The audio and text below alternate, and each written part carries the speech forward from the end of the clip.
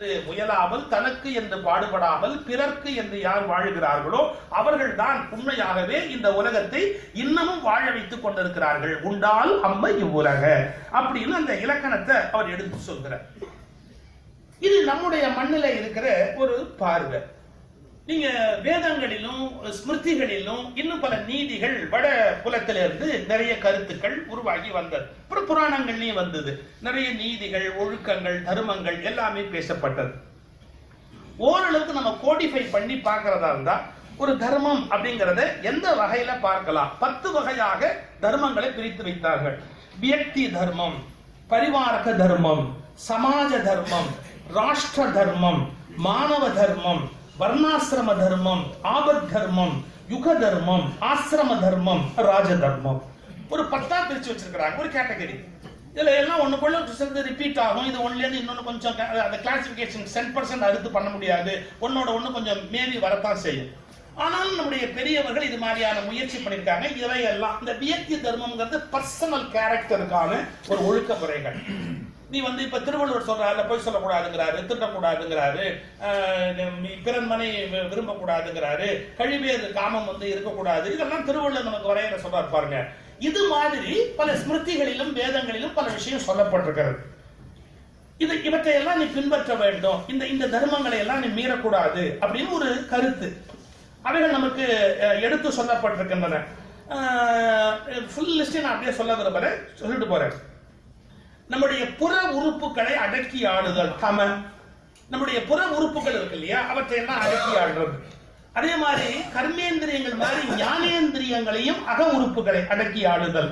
அப்புறம் அகிம்சை, பிற உயிர்களுக்கு தொல்லை தராமல் இருத்தல். சத்தியம், சொல்லிலும் செயலிலும் வாய்மையை கடைபிடித்தல். பிரம்மச்சரியம், காம எண்ணங்களை நெறிப்படுத்துதல். அக்ரோதா, சினம் கொள்ளாமை. திருப்தி, மன நிறைவுடன் இருத்தல். தியாகம், பிற நலத்துக்காக தன்னை அர்ப்பணித்தல். அப்ப தர்மம் என்பது எப்படி இருக்கணுங்கிறதுக்கான ஒரு வரையறைகளை முயற்சி பண்ணிருக்கிறாங்க பல வகையில. புறம் பேசாதிருத்தல், அபேட்சமா, இன்னொருவரை பத்தி எப்ப பார்த்தாலும் பொய் பேசிக்கிட்டே இருக்கிறது. பொய் கூட இல்ல, ஏதோ ஒன்று போய் முயன்று சொல்வது. ஒரு சம்பவம் நான் படிச்சது, ஒருத்தன் யாரை பத்தியா தப்பா பேசிக்கிட்டே இருப்பான். ஷீரடி சாய்பாபாவை பார்க்க போறான். சரி, பெரியவர் வாழ்ந்தார் இல்லையா சாய், அவரை பார்க்க போறான். அவனை கூப்பிட்டாருங்க, வா நான் உனக்கு ஒரு ஒண்டர்ஃபுல் காட்சி ஒன்று காட்டுறேன் கூடவா. கூட்டிட்டு போய் பண்ணி மலம் தின்ற காட்சியை காமிச்சார். என்ன இது, போய் உலகத்துல எவ்வளவோ இருக்கு, அதெல்லாம் விட்டுட்டு இதுதான் ஒரு ரோல் மாடல். மலத்தை சுத்தம் பண்ணுதல் என்பது எத்தனையோ வழி இருக்கு. அதை மண்ணில் புதைக்கலாம், எரிக்கலாம். அந்த பன்றி எவ்வளவு அக்கறையா தன் நாவாலே சுத்தம் பண்ணுது பத்தியா, மலத்தை சுத்தம் பண்ணுது. இது மாதிரிதான் நீ பிறரை பத்தி தப்பா பேசி அவன் பாவத்தை எல்லாம் சுத்தம் பண்ணிக்கிட்டு இருக்கிறேன். நீ யாரை பத்தி பேசுறியோ அவன் பாவத்தை நீ வாங்கிக்கிற. இன்னொருத்தரை பத்தி நீ போய் பேசிட்டு வரல, தப்பா சொல்றல, அப்ப என்ன ஆகும்? அவன் பாவத்தை ஓன் நாக்கால நீ சுத்தம் பண்ற. உனக்கு இது தேவையா கேட்ட. அப்ப நம்ம யோசிக்கணும். பிறரை பத்தி பேசுவதா இருந்தா, பிறரை பத்தி கருத்து சொல்வதா இருந்தா நம்ம யோசிக்கணும். மனித இயல்பே சார், ஒரு எல்லையில இது குணக்கேடால சொல்லுவோம், ஒரு எல்லையில அகங்காரத்தால் செய்வோம். அவனை பத்தி நமக்கு தெரியவே தெரியாது, தெரிஞ்ச மாதிரி பேசுவோம். என்னை பத்தி இந்த ஏதோ ஒரு இதுல போட்டிருந்தா சார், இவங்க அம்மாவை நடித்தவர்ல தைக்க விட்டான்னு போட்டான். 85 வயசு வரைக்கும் மகாராணி மாதிரி எங்க வீட்டுல 85 வயசு வரைக்கும் ஒரு குறைந்தே கிடையாது. அவங்க அவ்வளவு சொந்தம் எனக்கு அப்படி ஆசீர்வாதம் பண்ணிட்டு போனாங்க இந்த உலகத்துல. அப்ப என்னை பத்தி ஏபிசியே தெரியாது, எவனோ தான் எழுதி வச்சிருக்கான் தெரிஞ்ச மாதிரி. இவர் ஊருக்கெல்லாம் புத்தி சொல்றாரு, இவங்க சொந்த அம்மாவையே சோத்துக்கு இல்லாம தைக்க விட்டார். இது எங்க படிச்சான்னு தெரியல, எவன் கிளப்பி விட்டான்னு தெரியல. நான் படிச்சுட்டு ஆச்சரியப்பட்டேன், என்னை பத்தி எனக்கு தெரியாத விவரம் எல்லாம் இவங்க போட்டிருக்காரு பாருங்க. அது ஒரு சந்தோஷம், யாரையும் பத்தி தெரியாமையே சொல்றது. அப்புறம் தெரிஞ்சா கூட பரவாயில்ல, கொஞ்சம் விபரீதமா சொல்லுவோமேங்கிற ஆசையில சொல்றது. இவைகள் எதுவுமே நல்லதில்லை. பிறரை பத்தி சொல்லணும்னு யோசிக்கிறோம். ஒரு ஜென் ஸ்டோரி, ஒரு சிஷ்யன் வரான், ஒருத்த ஒடையாரான், ஒரு குரு கிட்ட சொல்றான், நான் உங்க சிஷ்யனை பத்தி ஒரு விஷயம் சொல்லலாம். இது அவசரப்படாது. நல்ல விஷயமா கெட்ட விஷயமா? கெட்ட விஷயம். இதை சொன்னா நான் சந்தோஷப்படுவேன், துக்கப்படுவேன்னா கண்டிப்பா துக்கப்படுவேன். இது நீ முழுசா தெரிஞ்சுட்டு நீயா சொல்றியா, இல்ல எவனோ சொன்னதை சொல்ல போறியா? யாரோ சொன்னதுதான் சொல்ல போறேன். 3 டெஸ்ட்டுமே ஃபெயிலியர். 1 நல்ல விஷயம் இல்ல, கெட்ட விஷயம். 2 உனக்கு பர்ஃபெக்டா தெரியாது, எவனோ சொன்னதை சொல்ல போறேன். 3 இதை கேட்டா நான் வருத்தப்பட போறேன். எதுக்கு நான் கேட்கணும்? கேட்கவே நான் ஏன் சொல்லி இது யோசிக்க வேண்டிய விஷயம். பிறரை பத்தி நம்மகிட்ட யாராவது சொல்றாங்கன்னா இது எனக்கு சம்மந்தம் இல்லப்பா, தேவையில்லைன்னு சொல்றதுக்கு ஒரு கெட்ஸ் வேணுமா இல்லையா? அப்போ பிறரை பற்றிய இழிவாக பேசுவது என்பதும் தவறான ஒன்று. இது மாதிரி நிறைய நியதிகளை 18 வகையான நியதிகளை சொல்றாங்க. தனி மனித ஒழுக்கம் தர்மமாக இவற்றை பேசுறாங்க. பிறகு பரிவாரக தர்மம்னா நம்முடைய குடும்பம், நிர்வாகம், கணவன் மனைவிக்கு எப்படி இருக்கணும், மனைவி கணவன்கிட்ட எப்படி இருக்கணும், குழந்தைகிட்ட தாய் தகப்பன் எப்படி இருக்கணும், தாய் தகப்பன்கிட்ட பிள்ளைகள் எப்படி இருக்கணும், இதெல்லாம் நிறைய நியதிகள், தர்ம நியதிகள் பேசப்பட்டிருக்கின்றன. இதுல ஒரு 80% என்னைக்குமே சஸ்டைன் ஆகும், ஒரு 20% கொஞ்சம் சேஞ்ச் ஆகும். ஒவ்வொரு காலகட்டத்துக்கு தகுந்த மாதிரி சில விஷயங்கள் மாற்றத்துக்கு வர, வேற எந்த விதமான டவுட்டுமே கிடையாது. ஆனா ஒவ்வொருவருக்கும் ஒரு கடமை இருக்கு. நான் சொன்ன பாருங்க, அப்பாங்கிற அறம்ங்கிறதுக்கு ஒரு எக்ஸாம்பிள் நான் படிச்சது. எக்ஸிபிஷனுக்கு பையனை கூட்டிட்டு போறாரு அப்பா. அந்த வாசல் சொல்றான், 2 பசங்க கூட்டிட்டு போறாரு. இவன் வயசு என்ன, இவன் வயசு என்னன்னு கேட்கறான். எது கேட்குற அப்படின்னு இல்லை, 12 வயசுக்கு மேல டிக்கெட் வாங்கணும், அதுக்காகத்தான் கேட்டேன். அவர் சொன்னாரு, இவனுக்கு 13 வயசு ஆயிடுச்சு, நீ டிக்கெட் வாங்கிடு. இவனுக்கு 11 வயசு தான் ஆகுது, டிக்கெட் வாங்க வேண்டாம், எனக்கு டிக்கெட் கொடுத்துரு அப்படின்னு கொடுத்தாரு. அந்த எக்ஸிபிஷன் நடத்தினவங்க அந்த டிக்கெட் கொடுக்க சொன்னா, சார் எல்லா பேருமே சின்ன பையனா தான் தெரியும், 2 பேருமே. நீங்க 2 பேருக்குமே நீங்க 11 சொன்னா கூட நான் நம்பி தான் சார் இருப்பேன். 2 பேரும் 11 கூட நான் நம்பி இருப்பேன். நீங்க எதுக்கு ஒருத்தருக்கு 13 ஸ்பெசிபிக்கா சொல்லி டிக்கெட் வாங்குறீங்க? அவங்க அப்பா ஒரு வார்த்தை சொன்னார், பாரு 13 இவனுக்கு ஆச்சுன்னு உனக்கு தெரியாது, ஆனா அவனுக்கு தெரியும். இப்ப அவனுக்கு நான் டிக்கெட் வாங்காம 11 சொன்னா அவன் என்ன கத்துக்குவான் தெரியுமா? அவசியம் ஏற்பட்டால் பொய் சொல்லலாம் என்பதை அப்பாவிடமிருந்து கற்றுக்கொள்வான். லாபகரமாக இருக்கும் என்றால், தனக்கு லாபகரமாக இருக்கும் என்றால் நான் பொய் சொன்னாலும் ஒன்றும் தவறில்லை என்பதை அப்பாட்டே கற்றுக்குவான். இது தேவையா இருக்கு? தேவையில்லை எனக்கு. அதனால என்ன பண்ணேன், 13 வயசுல டிக்கெட் வாங்கணும்னா வாங்கணும்னு அவனுக்கு தெரியணும். அந்த அறத்தை கற்றுக் கொடுக்கணும் தான் தகப்பன். என்னோட நண்பர் ஒருத்தர் அமெரிக்கா இருக்காரு. அவர் போன் பண்ணாரு, திடீர்னு சார் நான் ஒரு சிக்கல்ல மாட்டிக்கிட்டேன்னாரு. அமெரிக்காவுக்கு போறதே சிக்கல் தான். என் பையன் சார் 8 வயசு ஒரு பையன், 8 வயசு பையனை கூட்டிட்டு அவங்க அம்மா கார் ஓட்டிட்டு போயிருக்காங்க. அங்கெல்லாம் அம்மா தான் கார் ஓட்டி ஆகணும். போகும்போது ஓவர் ஸ்பீட் போயிட்டாங்க, போலீஸ் பிடிச்சிட்டாரு. நம்ம ஊர் மாதிரி இருந்தா கொஞ்சம் போலீஸோட பேச்சுவார்த்தை நடக்கும். அந்த ஊர்ல பேச்சுவார்த்தை எல்லாம் போலீஸ் ஸ்ட்ரிக்டா ஜன்னல் கதவை இறக்க சொல்லிட்டு இறங்கலாம் சொல்ல மாட்டாங்க. அவள் ஜன்னல் வழியா பேசுறான், மேடம் ரொம்ப அவசரமா போறீங்க, is there any specific reason for that? அந்த கர்டிஸ் ஏதாவது ரீசன் இருக்கா? ஓ இந்திய தாய் என்ன சொன்னா, இதை கூட இருக்கிற பையனை காமிச்சா, அவனுக்கு அந்த பையனுக்கு 8 வயசு தான். இவனை காமிச்சு சொல்றா, இவன் கிளாஸ்மேட் அடிபட்டு ஆஸ்பத்திரியில் படுத்திருக்கான், ஆனால் நாங்கள் பார்க்கறதுக்காக போறோம், அவசரமா போயிட்டோம் அப்படின்னு.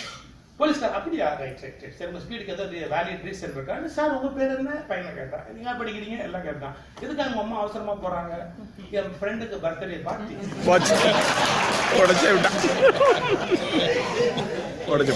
8 மணிக்கு மேல போனா சாப்பாட்டுக்கு போன மாதிரி அசிங்கமா இருக்கும், ஆனாலும் கொஞ்சம் சீக்கிரமா போனமே அம்மா வேகமா ஓட்டினாங்க அப்படின்னு. அந்த போலீஸ்கார் சிரிச்சிட்டார்.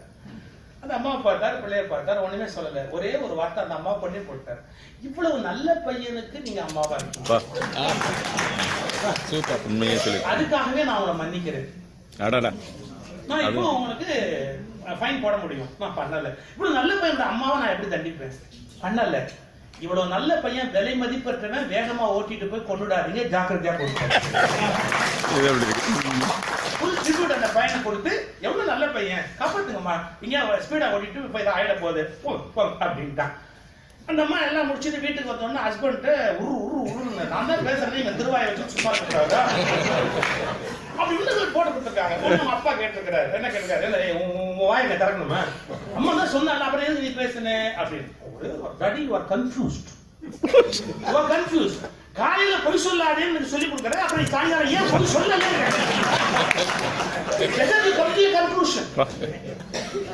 சொல்லிட்டு ஒரு பையன் சொல்ற ஒரு வார்த்தை, காலம்பர வரைக்கும் உங்களுக்கு டைம் கொடுக்குறேன், போய் சொல்லணுமா சொல்லக்கூடாது,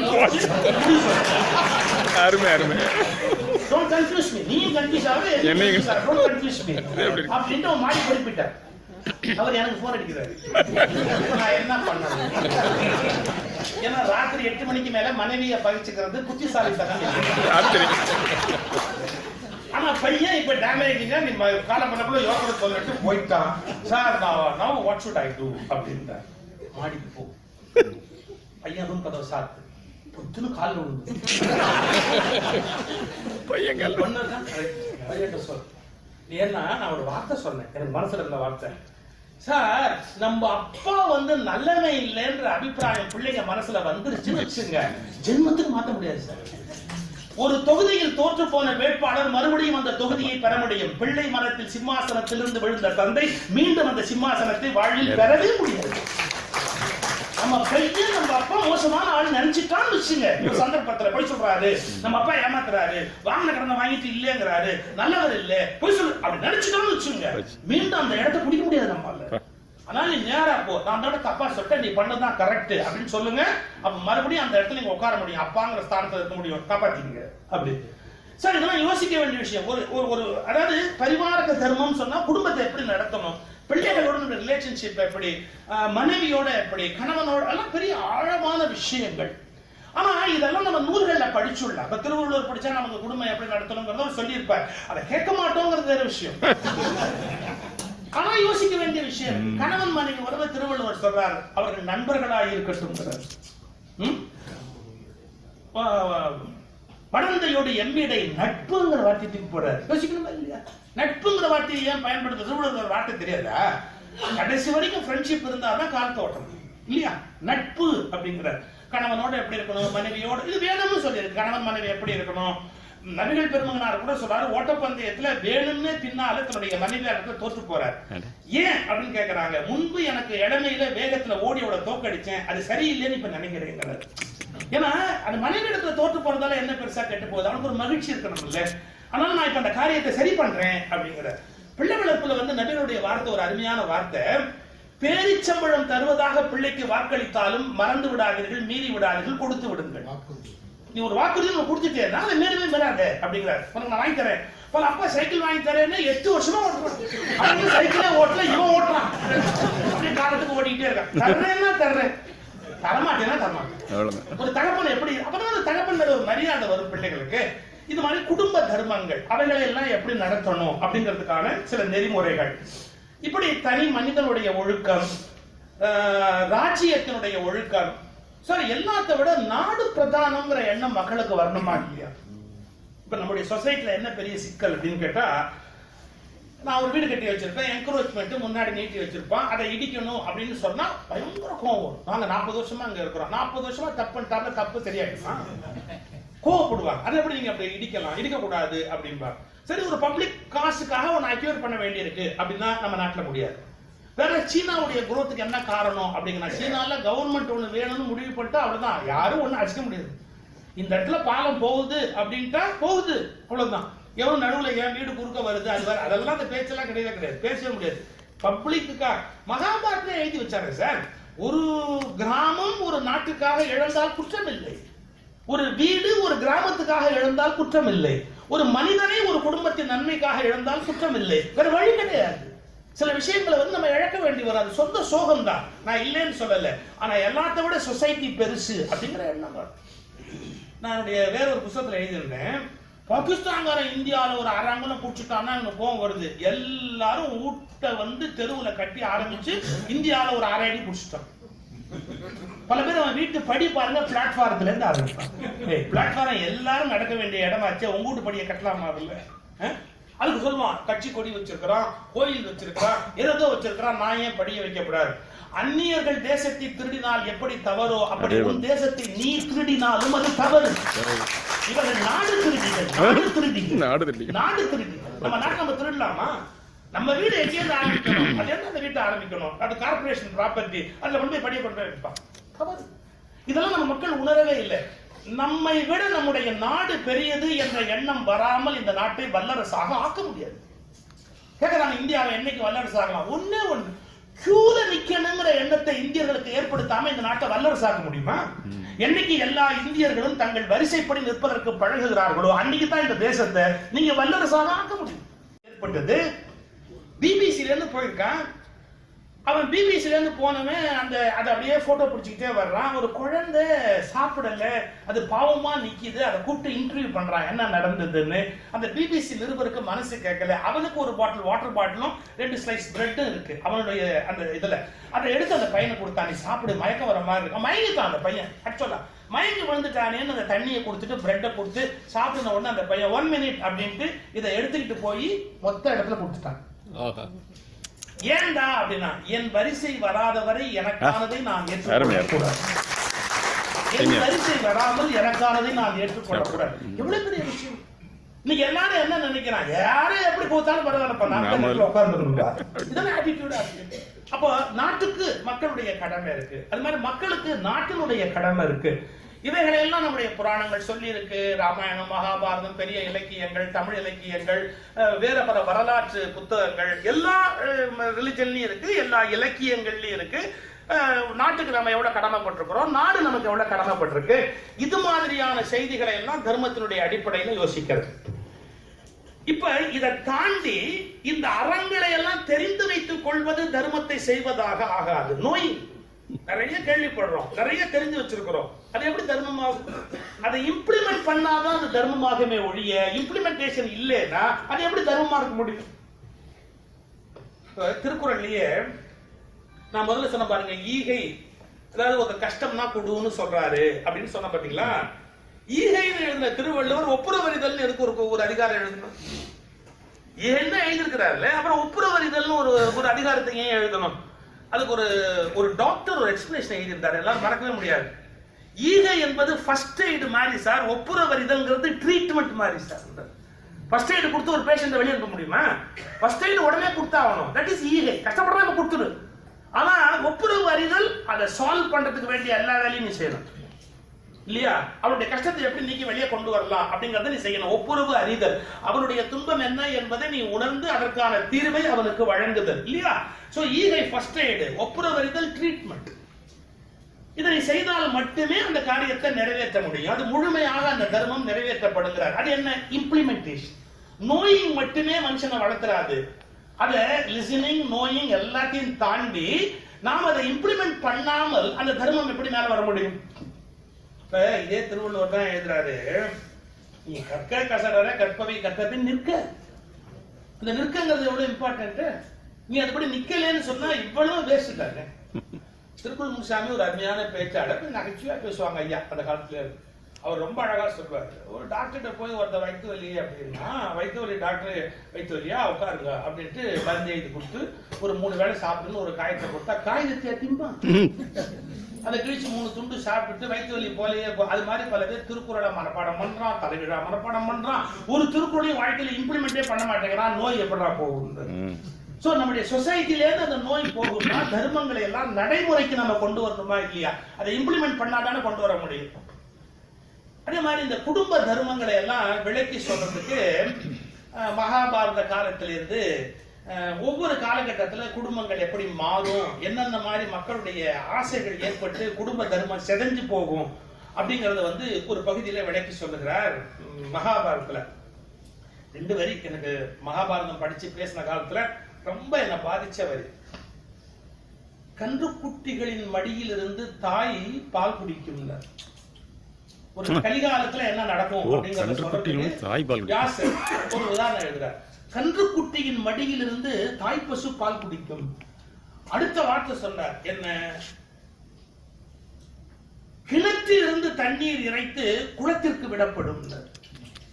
குளத்துல தண்ணீர் இறைக்கணும், அது கிணத்துல இறைச்சிக்கிட்டு வரணும், கிணத்துல ஊறிட்டு வெளியே வரணும். இப்ப எல்லா கோயில் தெப்போற்சவமே அப்படித்தான் நடக்குது. கிணத்துல இருந்து இறைச்சி தெப்பத்தை கொண்டு தண்ணீரை கொண்டு போய் கோயில்ல விட்டு அதுக்கப்புறம் தான் தெப்பத்தை ஓட்ட வேண்டியிருக்கு. இந்த கலிகாலத்தை பத்தி எப்படி அவன் யோசிச்சான்னு தெரியல. அதுல இந்த முதல் வரி ரொம்ப உருக்குன வரி. கண்ணுக்குட்டி மடியிலிருந்து தாய்ப்பசு எப்படி பால் குடிக்கும்? இங்க நிறைய பெரியவங்க இருக்கிறீங்க, தயவுசெய்து என்ன கோச்ச கூடாது. நான் ஒரு வீட்டுக்கு போயிருந்தேன். கணவன் மனைவிக்குள்ள ஏதோ ஒரு மிஸ் அண்டர்ஸ்டாண்டிங். ஒரு கணவன் மனைவிக்குள்ள மிஸ் அண்டர்ஸ்டாண்டிங் வர்றதுங்கிறது தவிர்க்க முடியாது. பேரண்ட்ஸ் என்ன பண்ணணும்? இது உங்க ப்ராப்ளம், நீங்க சால்வ் பண்ணிக்கணும்னு சொல்லணும். நீங்க 2 பேரும் மெச்சூர்ட் வளர்ந்துட்டீங்க, உட்காந்து பேசுங்க. You better you solve it. சொல்லு. அந்த பொண்ணோட அப்பா என்ன பண்றாரு? பொண்ணுகிட்ட நீ எதுக்கு தாழ்ந்து போற? நீ எதுக்கு தாழ்ந்து போகணும்? நீ நிறைய சம்பாதிக்கிற, நீயும் படிச்சிருக்க, நீ என்ன படிச்சிருக்க, அவன் படிச்சிருக்க, அவன் படிச்ச நீ படிச்சிருக்க, நீ தான் லட்சக்கணக்கா சம்பாதிக்கிற. அப்புறம் உங்களுக்கு நான் இல்லையோ, உங்களுக்கு நாங்க இல்லையோ, நாங்க இல்லையோன்னு நாங்க மட்டுமே இருந்தாங்க. கணவன் காலி ஆயிட்டார். தப்புன்ற ஏன் மன்னிச்சுக்கங்க. பெண்ணை படிக்க வச்சுட்டு பெண் மேல இன்வெஸ்ட் பண்ண சில பேரண்ட்ஸோட ஆட்டிடியூட் நீங்க எப்படி மாறி இருக்குன்னா, அந்த பொண்ணு சம்பாரிச்சு நமக்கு கொடுக்க கடமைப்பட்டதாங்கிற வெரி பேட் ஐடியா சொசைட்டில நீங்க வளர்ந்துட்டு இருக்கு. That's not good. அப்ப நாங்க எங்க போவோம் வயசாயிட்டா அப்படின்னா? தட்ஸ் நாட், அது ஒரு ப்ராப்ளமே இல்லை. நம்ம பிள்ளைங்களோட இருந்தா இருக்கிறோம், இல்லாட்டி ஓல்ட் ஏஜ்ல போய் உட்காந்து போறோம். என்ன கெட்டு போச்சு? இன்னும் சில பேர் ஓல்ட் ஸ்டேஜ் போனாலே பாவம் நினைப்பாங்க. கிடையாது. நம்ம சாஸ்திரத்துல சொல்லப்பட்டிருக்க பிரம்மச்சரியம், கிரகஸ்தம், வானப்பிரஸ்தம் தான் என்ன? there is a stage வானப்பிரஸ்தம். வீட்டோட அட்டாச்மெண்ட் இல்லாம நம்ம இருக்கணும். அதுக்கு ஒரு பழக்கம் வானப்பிரஸ்தம் அப்படிங்கிறது. அப்ப நம்ம எப்படி இருக்கணும்? பிள்ளைங்களாம் இருப்பாங்க, நாம ஒன்னும் அட்டாச்சா இருக்கணுங்கிற அவசியமே கிடையாது. இந்த அளவுக்கு நம்ம அதை யோசிக்கல. சார் அவர் என்ன முடிவு பண்ணிட்டாரு, 2 லட்சம் ரூபாய் கொண்டு சம்பாதிக்கிறார். நான் பெங்களூர்ல ஒரு வீட்டுல நடந்த சம்பவம் இது. நான் சாப்பிட போயிருக்கேன் அந்த வீட்டுக்குள்ள. அந்த டிஸ்கஷன் போயிட்டு இருந்தேன் அவங்களுக்குள்ள. அவர் என்ன அட்வைஸ் பண்ண சொல்றாரு பொண்ணுக்கு. நான் ஒரே ஒரு நிமிஷம் ரொம்ப கிளவரா ஒரு காரியம் பண்ணேன். அந்த பெரியவரை பார்த்தேன், எனக்கு இப்ப வெத்தலைப்பாக்கு போட்டு போய் வாங்கிட்டு வாங்க. நான் வெத்தலைப்பாக்கு போட மாட்டேன், நீங்க வெத்தலைப்பாக்கு போடுவேன், சாப்பிட்டா நான் வெத்தலைப்பாக்கு போடுவேன், வெத்தலைப்பாக்கு ஒண்ணு வாங்கிட்டு வாங்க. அவர் அந்தாண்ட பொண்ணு முடிச்சுக்கோ, இது உன் வாழ்க்கை, உங்க அப்பா வாழ்க்கை இல்ல, நீ உன் வாழ்க்கை. உங்க அப்பா அவர் வயசான காலத்துல ஒட்டிக்கிறதுக்காக இந்த இடத்துல உட்கார்ந்து இருக்கிறாரு, தயவு செய்து அலோவ் பண்ணாது. நானாச்சும் என் புருஷனாச்சு பாத்துக்கிறேன்னு சொல்லி அப்பாட்ட சொல்லிடு, அப்பா கிளப்பி விட்டா கூட தப்பு கிடையாது அப்படி. அந்த பொண்ணு ஒரு வினாடி யோசிச்சாரு, என்ன சார் இப்படி சொல்றீங்க? ஆமா, உனக்கு ஒரு குழந்தை இருக்கா, இந்த குழந்தைக்கு அப்பா காட்டணும். நீ உங்க அப்பாவை நம்பி இந்த குழந்தைக்கு அப்பான்னு காட்ட முடியாது. நீ பெத்த குழந்தைக்கு ஒரு அப்பா இருக்கான், ஞாபகம் வச்சுக்கோ அப்படி. சார் நான் நினைச்சது நடந்தது. எது சொல்ல வரேன், ஒரு சில எல்லைக்கு மேல இன்னைக்கு என்ன போச்சு, பெண் குழந்தைக்கு செலவு பண்ற பல தாய் தகப்பன் என்ன நினைக்கிறா, இந்த குழந்தைய வச்சு நம்ம காலத்தை ஓட்டிட முடியாதான்னு நினைக்கிறா. கன்றுக்குட்டியின் மடியில் தாய் பசு பால் குடிக்கும்.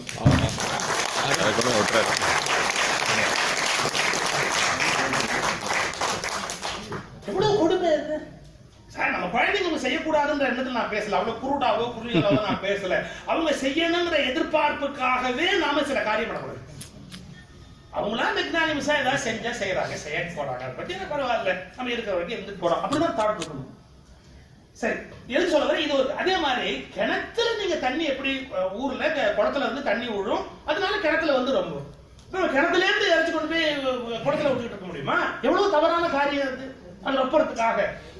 இது மாதிரியான காரியங்கள் எல்லாம் கலியுகத்துல நடக்கும். கலியுக தர்மம்னு இந்த யுக தர்மத்தை பத்தி சொல்லும் போது கலியுக தர்மம் இப்படி இருக்கும் என்று வர்ணிக்கிறார். இப்படி நான் ஒவ்வொரு தர்மமா சொல்லிக்கிட்டே வந்தேன் இல்லையா, எத்தனை வகையான தர்மம் இருக்கிறது அப்படின்னு.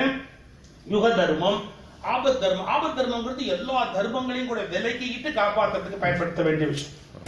பொய்மையும் வாய்மை இடத்தார்ல திருவள்ளுவர். அது மாதிரி சில நேரங்கள்ல சில விதிகளை விலக்கி வைக்கணும், அதுக்கு ஒரு தெளிவு.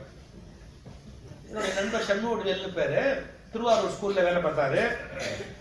ஹெட்மாஸ்டர் சொல்றாரு, பசங்கள்லாம் அசம்பிளியில லைன்ல நின்றுட்டு கிளாஸ் போகும்போது வரிசையா போனோம், யாரும் ஓடக்கூடாது பாத்துக்கங்கன்னு பிடி மாஸ்டருக்கு இன்சார்ஜ் பாத்துக்கங்க அப்படி. பிடி மாஸ்டர் பெரிய குச்சியோடு நிக்கிறாரு. ஒரு 3 பையன் லைன் தாண்டி ஓடினா பாருங்க, புடிச்சிட்டாரு. புடிச்சு வெள்ளாசுற பசங்களை போட்டு ஹெட்மாஸ்டர் அங்கேருந்து அதை முடிச்சுட்டு அசம்பிளியை முடிச்சு திரும்பி பார்த்தா பிடி மாஸ்டர் அடிக்கிறார் பாருங்க, ஓடியா இருக்காரு. எதுக்கே அடிக்கிற, குழந்தைகள் கூட எதுக்கே அடிக்கிற அப்படின்னு. நீங்க தானே சார் சொன்னீங்க வரிசையில இருந்து மாறினா வந்து அடிக்கணும்னு சொன்னீங்க, இந்த 3 பையன் வரிசையில இருந்து நகர்ந்தான், நீங்க அதை பாக்கலையா, கவனிக்கலையா? அவர் ஒரு பதில் சொன்னார், அவன் 3 பேர் காலையில் செருப்பு இல்லைங்கிறத நீ கவனிக்கலையா? இது வெயில வச்சிருக்கோம் குழந்தைகளை. இப்ப வெயில்ல அந்த குழந்தை நிக்க முடியுமா? அவங்க செருப்பு இல்ல, வேகமா ஓடிச்சு, இது ஒரு தப்பாயா? நான் ஒரு விதியை சொன்னா அந்த விதியை அப்படியே பிடிச்சுக்குவேன்.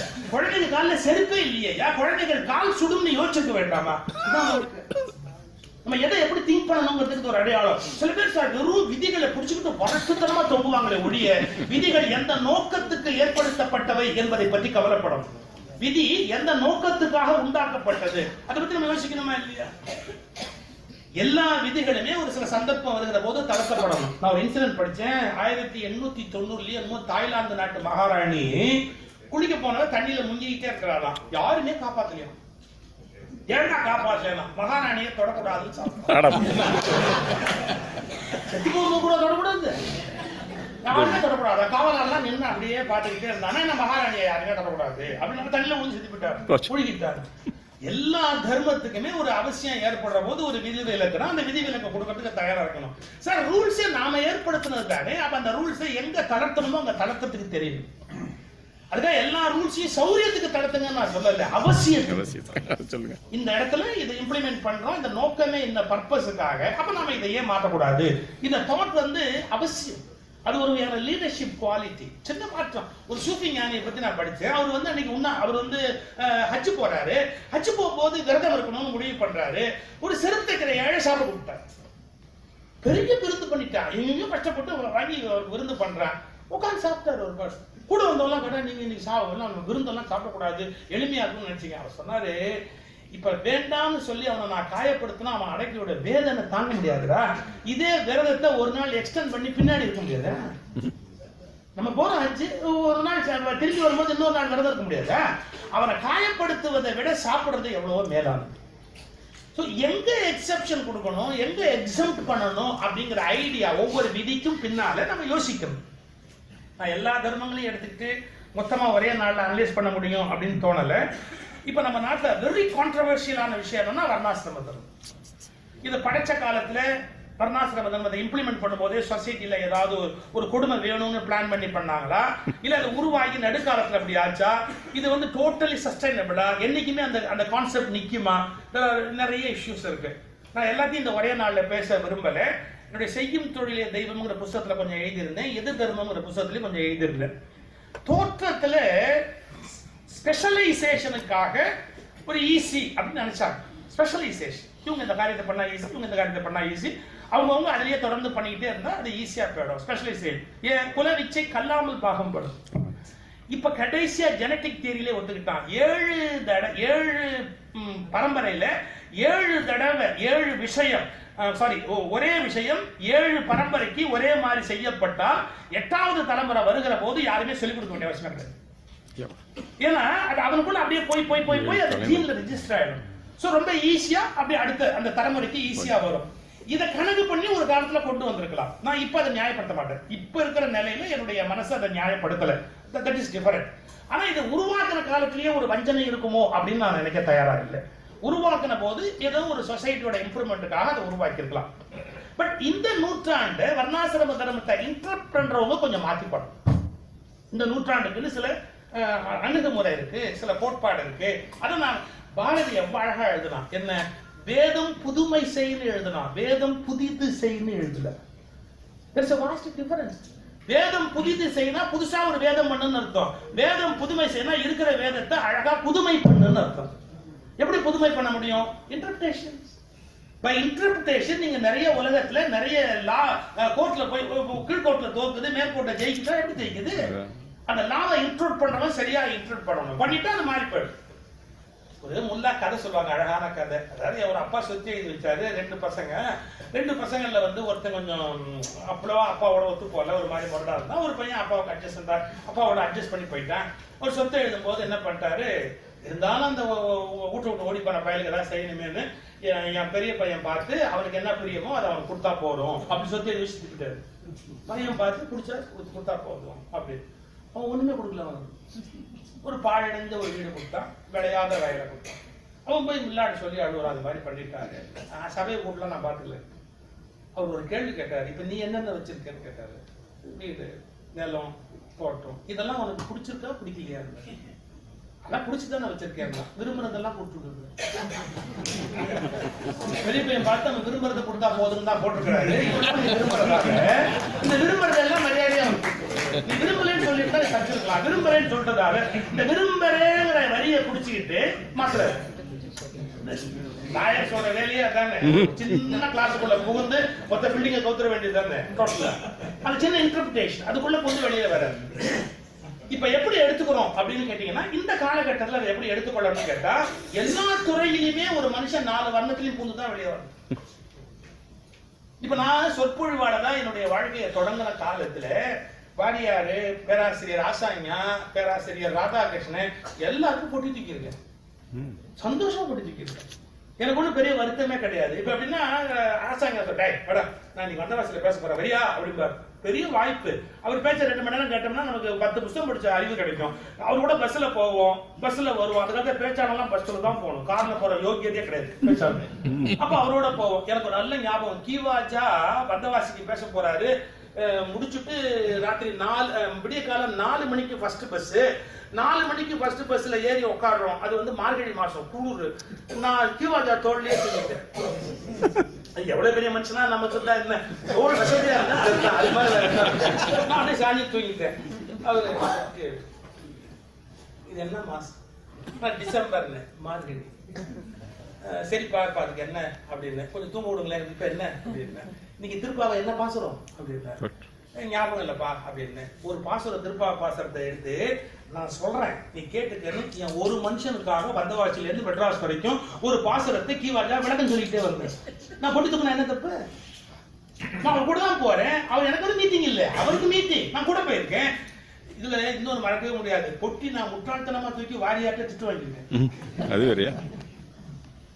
கோபிச்செட்டிப்பாளையம் ஒரு ஊர்ல பேசிட்டு எங்கேயோ புறப்படுறோம். நான் அதே ஊர்ல தான், வாரியார் எந்த ஊருக்கு போறாரோ அதே ஊர்ல எனக்கு பேச்சு. அதனால இந்த ஆர்கனைசர் சொல்றாரு, சிவத்துக்கும் அங்கதான் பேச்சு. கூட வர சொல்லுப்பா, பிள்ளைய வர சொல்லு அப்படின்ட்டாரு. வாரியார் பின் சீட்ல உட்கார்ந்தாரு. 3 பேரை உட்காரணும். நான் அந்த ஓரத்து சீட்ல உட்காந்துக்கணும், என்னையும் உட்கார வச்சாரு. அவர் பூஜை பண்றதுக்கு ஒரு முருகன் பெட்டி வச்சிருப்பார், முருக விக்கிரகம் மடியில வச்சுக்கோ அப்படின்ட்டாரு. ஏன்னா அது அவருக்குரிய சீட்டு, இது முருகனுக்குரிய சீட்டு. அது அதை எனக்கு கொடுத்துக்கிறாரு, இதை வச்சுக்கிறாரு. எனக்கு அப்ப விவரம் பத்தாரு. இப்ப வந்துட்டு அர்த்தம் இல்ல விவரம். அப்ப விவரம் பத்தாது. எப்படின்னா பத்தாதுங்கிறது தெரியாத அளவுக்கு விவரம் பத்தாது. இப்ப விவரம் பத்தாதுங்கிறது விவரமா தெரியுற அளவுக்கு. இப்போ நான் என்ன கேட்டேன் தெரியுங்களா?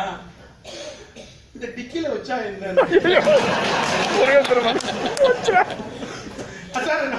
மடி 5 மணி நேரம் பயணம் பண்ணணும். பூஜை பெட்டி, பெரிய பெட்டி, வெயிட் உள்ள வள்ளி தேவையான எல்லாமே பெரிய பொருள். அது மடியில அவரு முருகனுக்குரிய சீட்டு தான் எல்லாம் கொடுத்துருக்கிறாரு. அது எங்க உடைக்குது? அவரு நான் கேட்கிறேன், சாமி இந்த டிக்கில வச்சா உனக்கு அறிவு இருக்கா? அறிவு இருக்கா உனக்கு? முருகனை போய் டிக்கில வச்சு சொல்றேன், உனக்கு அறிவு இருக்கா அப்படின்றாரு. மனுஷன் சாமி எனக்கு தோணல. என்ன பொறுத்த வரைக்கும் அது முருகன் விக்கிரகம் பூஜை பெட்டின்னு தான் அப்ப தோணுச்சு. முருகனை போய் டிக்கில வைக்க சொல்றீங்க, உனக்கு அறிவு இருக்கா? இன்னும் திட்டினானா டிக்கில போய் நானே உட்கார ரெடியா இருக்கேன். மனுஷன் சாமி தெரியாம நான் கேட்டுட்டேன் அப்படின்னு. பரவாயில்ல, இது சின்ன பிள்ளை தானே. உடனே அந்த அன்பு பரவாயில்ல, அதனால இந்த சின்ன பிள்ளை தானே அப்படின்னு. எது சொல்ல வரேன், எவ்வளவு கத்துக்கிட்டு இருக்கிறோம். அப்படி பெரியவங்களுக்கு பிடிச்சிக்கிட்டு போய் பொட்டியும் தூக்கி இருக்கோம், பூஜை பொட்டியும் தூக்கி இருக்கோம்ல. எவ்வளவு கத்துக்கிட்டு இருக்கிறோம். என்ன தப்பு கட்டு போச்சு? அதாவது உடல் உழைப்பு என்பது வர்ணாசிரமத்துல கேலியானதோ கேவலமானதோ அல்ல, பெருமையானது. அது வந்து நம்ம அப்படி தாழ்வா நினைச்சிட முடியாது. ஒரு காலகட்டத்தில் அது தவிர்க்க முடியாது, உடல் உழைப்பு. சரி, இதுக்கு அடுத்த ஸ்டேஜ்ல வரும்போது என்ன, நீங்க அதுக்கு அந்த வர்ணாசிரம தர்மத்தில் எப்படி வச்சாங்க? அதுக்கு 3வதா வைசிய தர்மம்னு வச்சாங்க. கொஞ்சம் ஒரு டாக்டிஸ் இருக்கணும், வாங்கணும், விற்கணும், கொடுக்கணும். பேச்சிலேயே நாங்க இந்த வியாபாரம் பிரமாதமா பண்ணிருக்கோம். எங்க கொள்முதல் பண்ணணும், எங்க விற்கணும், எந்த விஷயத்தை யார்கிட்ட கொள்முதல் பண்ணி எந்த மேடையில போய் விற்கணும்னு எங்களுக்கு பிரமாதமா தெரியும். அதுல ஒண்ணும் சந்தேகம் இல்லை. என்னை பத்தி எவ்வளவோ பாராட்டவங்க திட்டம், அதெல்லாம் சிகிச்சை நல்லா பேசுவார், காசு மட்டும் கராரா கறந்துருவாங்க. சந்தோஷம் சொல்லிட்டு போறாங்க. என்ன சொல்லுவாங்க? நான் சொன்னேன், நான் பேச்சு வியாபாரம் தான் செய்தேன், பேச்சு விபச்சாரம் செய்யவில்லை. எனக்கு தெரியும் எதை எங்க மார்க்கெட் பண்ணணும்னு தெரியும், எந்த விஷயத்தை எடுத்துட்டு போகணும், எந்த மேடையில கொண்டு போய் கொடுக்கணும், அதுக்கு எப்படி எல்லாம் நம்ம அறுவடை பண்ணணும் எனக்கு தெரியும். அப்ப நான் வைசியதா இருந்தேன். அதுக்கு ஒரு கணக்கு இருக்கு, என்னென்ன சப்ஜெக்ட் எப்படி வைக்கணும், அது சிலப்பதிகாரமா அதை எப்படி சொல்லணும், இதுவா அதை எப்படி சொல்லணும், எல்லாத்துலயும் ஒரு கணக்கு இருக்கு. அது ஒரு தவிர்க்க முடியாத ஒரு நிலை தான். அது முடிஞ்சது. அதுக்கு அடுத்தது இன்னொரு நிலை இருக்கு. அது என்ன? சத்திரியன். சத்திரியன் என்ன? சண்டை போடுறவன்னு அர்த்தம் கிடையாது, ஆளுமை. சார், ஒரு மேடைக்கு நம்ம வரணும்னு சொன்னா, 4 பேச்சாளர் வர இடத்துல நாம வரணும்னு சொன்னா, நாம வருவதும் நுழைவதும் ஒரு மிகப்பெரிய சூரிய ஒளியை போல இருக்கணும் சார். அது ஒரு ஆளுமை இருக்கணும். பலரும் சொல்ல சார், நீங்க வந்தா போ சார், ஒன்னும் சார், விழாக்கு வந்துட்டு போயிடுங்க சார், போதும் சார் எல்லாம். அப்போ ஒரு குறிப்பிட்ட எல்லைக்கு பிறகு நாம நம்முடைய ராஜ்யத்தை விஸ்தீர்ணம் பண்ணித்தான் ஆகணும். நம்ம ஒரு அரசமா தான் இருந்தாகணும், தவிர்க்க முடியாது. அதுக்கு அடுத்த ஸ்டேஜ் ஒண்ணு இருக்கு. இதுல எதுலையுமே அர்த்தம் இல்லைங்கிறது தெரியும். புகழ்ல அர்த்தம் கிடையாது, பணத்துல அர்த்தம் கிடையாது, எந்த விஷயத்துல அர்த்தம் கிடையாது. சார் 4 பேருக்கு தெரிஞ்சு 4 லட்சம் பேருக்கு தெரிஞ்சா எனக்கு என்ன சார்? ஒரு 4 பேருக்கு தெரியும், இப்ப 4 லட்சம் பேருக்கு தெரியும், அப்புறம் 4 கோடி பேருக்கு தெரியும். அதனால எங்கிட்ட என்ன நடந்துருச்சு? ஒண்ணுமே நடக்கலையே. புகழ் வந்து அர்த்தம் இல்லாத ஒரு மாயை தானே. சரி, ஒரு எல்லை வரைக்கும் தான் பணம் என்பது நமக்கு தேவை. இவர் சொல்றாரு, ஒரு எல்லைக்கு அப்புறம் பணம் நம்ம வீட்டுல இருக்கிற குப்பை. என்ன பயன்படுத்தப்படுவதுதான் உன் சொத்தே ஒழிய குவிக்கப்பட்ட எதுவுமே உன் சொத்து கிடையாது. அது இந்த நாட்டுல பல பேர் பார்த்து அறிவில்லாம இருக்கிறானேங்கிறதா எனக்கு ரொம்ப வருத்தம். கோடியா வச்சு 10 காசுக்கு பிரயோஜனமே கிடையாது அப்படிங்கறத கண் கூட பார்த்து கூட பல பேர் ரியலைஸ் பண்ணவே இல்லையா? நீங்க என்னதான் உங்க வசதிக்கு 2 வீடு கட்டி வச்சா 2 வீட்டையும் அடி பேர் கொடுத்து நடக்க முடியாது. அட 3 கார் வாங்கினா 3 கார்ல ஏறியா மதுரைக்கு போக முடியும்? ஒரு கார் 3 கார்ல ஏறினா ஆம்புலன்ஸ்ல ஏறி தான் அப்புறம் ஒரு கார்ல தான் ஏற முடியும். ஒரு எல்லைக்கு மேல ஒன்னும் அர்த்தமே கிடையாது. இந்த விவேகம் நமக்கு வரணுமா இல்லையா? என்ன சிக்கல் கேட்டா, நான் சம்பாதிச்சது பல பேருக்கு தெரியும், நான் செஞ்ச சேரிட்டிஸ் தெரியாது, எனக்கு தெரியக்கூடாதுங்கிற நான் உறுதியா இருக்கேன். அது யாருக்குமே தெரியாது, அதை பத்தி எனக்கு கவலை கிடையாது. இன்னொருவருக்கு நிரூபிப்பதற்காக நாம் தர்மம் செய்யவில்லை, என் மனசாட்சியின் திருப்திக்காக தான் என்னால தர்மம் பண்ண முடியும். நான் ப்ரூவ் பண்ணணும், நான் என்னென்ன தர்மம் பண்ண ப்ரூவ் பண்ணிட்டு வரணும் அவசியம் இல்லை. சோ நானா உணரணும், ஒரு எல்லைக்கு அப்புறம் அதுக்கு அர்த்தம் கிடையாது. சார் நீங்க எவ்வளவுதான் சேர்த்து வச்சாலும் பிள்ளைங்க திருப்தி அடைய போறது சார். எவ்வளவுதான் சேர்த்து வச்சாலும் பிள்ளைங்க திருப்தி அடைய போறது கிடையாது. இன்னும் கூட கொடுத்துருக்கலாம், அப்பா இந்த அவனுக்கு கொடுத்ததெல்லாம் கொடுத்துருக்கலாம், இந்த ரெண்டு பிள்ளைங்க இருந்தா அவனுக்கு கூட கொடுத்துட்டாங்க, எனக்கு குறைய கொடுத்துட்டாங்க. இது இஷ்யூ ஓடிட்டு தான் இருக்கு, முடிவே இல்லாதது. ஒரே வார்த்தை, உங்ககிட்ட கான்டாக்ட் சர்டிபிகேட் வாங்குறதுக்காக நான் அப்பாவா இல்லை, நான் அப்பாவா இருக்கிறதுக்காக தான் அப்பாவா இருக்கேன். உங்ககிட்ட கான்டாக்ட் சர்டிபிகேட் வாங்குறதுக்காக நான் அப்பாவா இல்லை. எனக்கு என்ன தெரியுதோ அதுதான் நான் செய்ய முடியும் லைஃப்ல. சோ ஈகோயிஸ்டிக்கா நான் சொல்லல, ஒரு எல்லையில புரியும் நம்ம பிள்ளைகளுக்கு எவ்வளவு வேணும். இன்னும் சரியா சொல்ல போனா அளவுக்கு மேல நம்ம பிள்ளைங்களுக்கு சொத்து எடுத்து வச்சா அதை விட சோம்பேறி ஆக்கிறதுக்கு வேற வழி. அவங்க வீணா போறதுக்கு வேணா நம்ம அதான் சொன்னா, ஒரு சிங்கத்தை நாசமாக்க வேண்டும் என்றால் நாள்தோறும் அதன் குகை வாசலில் ஒரு ஆட்டுக்குட்டியை கட்டிட்டு தினமும் கொண்டு போய் ஒரு ஆட்டுக்குட்டியை சிங்கத்தோட கட்டிட்டீங்கன்னா சிங்கத்தோட வீரியம் போயிடும், ஆவேசம் போயிடும், அதனுடைய அந்த வேட்டையாடுகிற திறம் போயிடும், எல்லாமே வீணா போயிடும். அதுதான் பசிக்கு தேட விட்டாதானே சிங்கத்தினுடைய வீரியம் தெரியும். அப்போ அதை விட்டுட்டு நம்ம ரொம்ப அளவுக்கு மேல அவங்களுக்கு சொத்து வைக்க வைக்க வைக்க வைக்க அது வீணா போகுமா இல்லையா? சோ பணம், புகழ், செல்வம் எல்லாத்துக்கும் ஒரு எல்லை இருக்கு. இந்த விவேகம் வந்தா என்ன ஆகுது? எதுவுமே தேவையில்லை அந்த உலகத்துல. நிம்மதியா இருக்கு, நிம்மதியா போச்சு. என்ன வாரிட்ட போறோம், இந்த தாட் வரணும். இது உயர்ந்த, அந்த உயர்ந்த நான் சொல்றது மனிதனுடைய பக்குவத்துல வர்றது. இதை பை பர்த் அப்படின்னு சொல்லும் போது பெரிய இஷ்யூ ஆயிடுச்சு. பை குவாலிட்டின்னு எடுத்துக்கிட்டா ஒரு இஷ்யூ கிடையாது.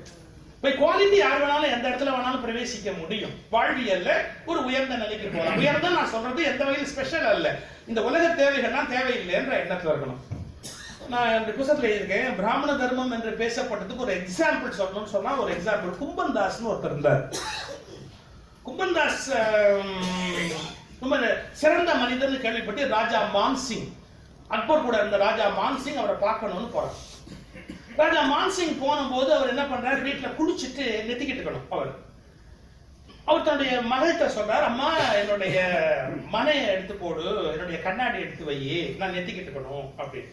பொண்ணு சொல்றா, நான் அப்பவே எடுத்து வச்சுட்டேன், உன்னுடைய கண்ணாடிய ஆடு குடிச்சிட்டு போயிடுச்சு, உன்னுடைய மனைய மாடு தின்னுட்டு போயிடுச்சு. இந்த டயத்துல ராஜா மான்சிங் நுழையலாம்.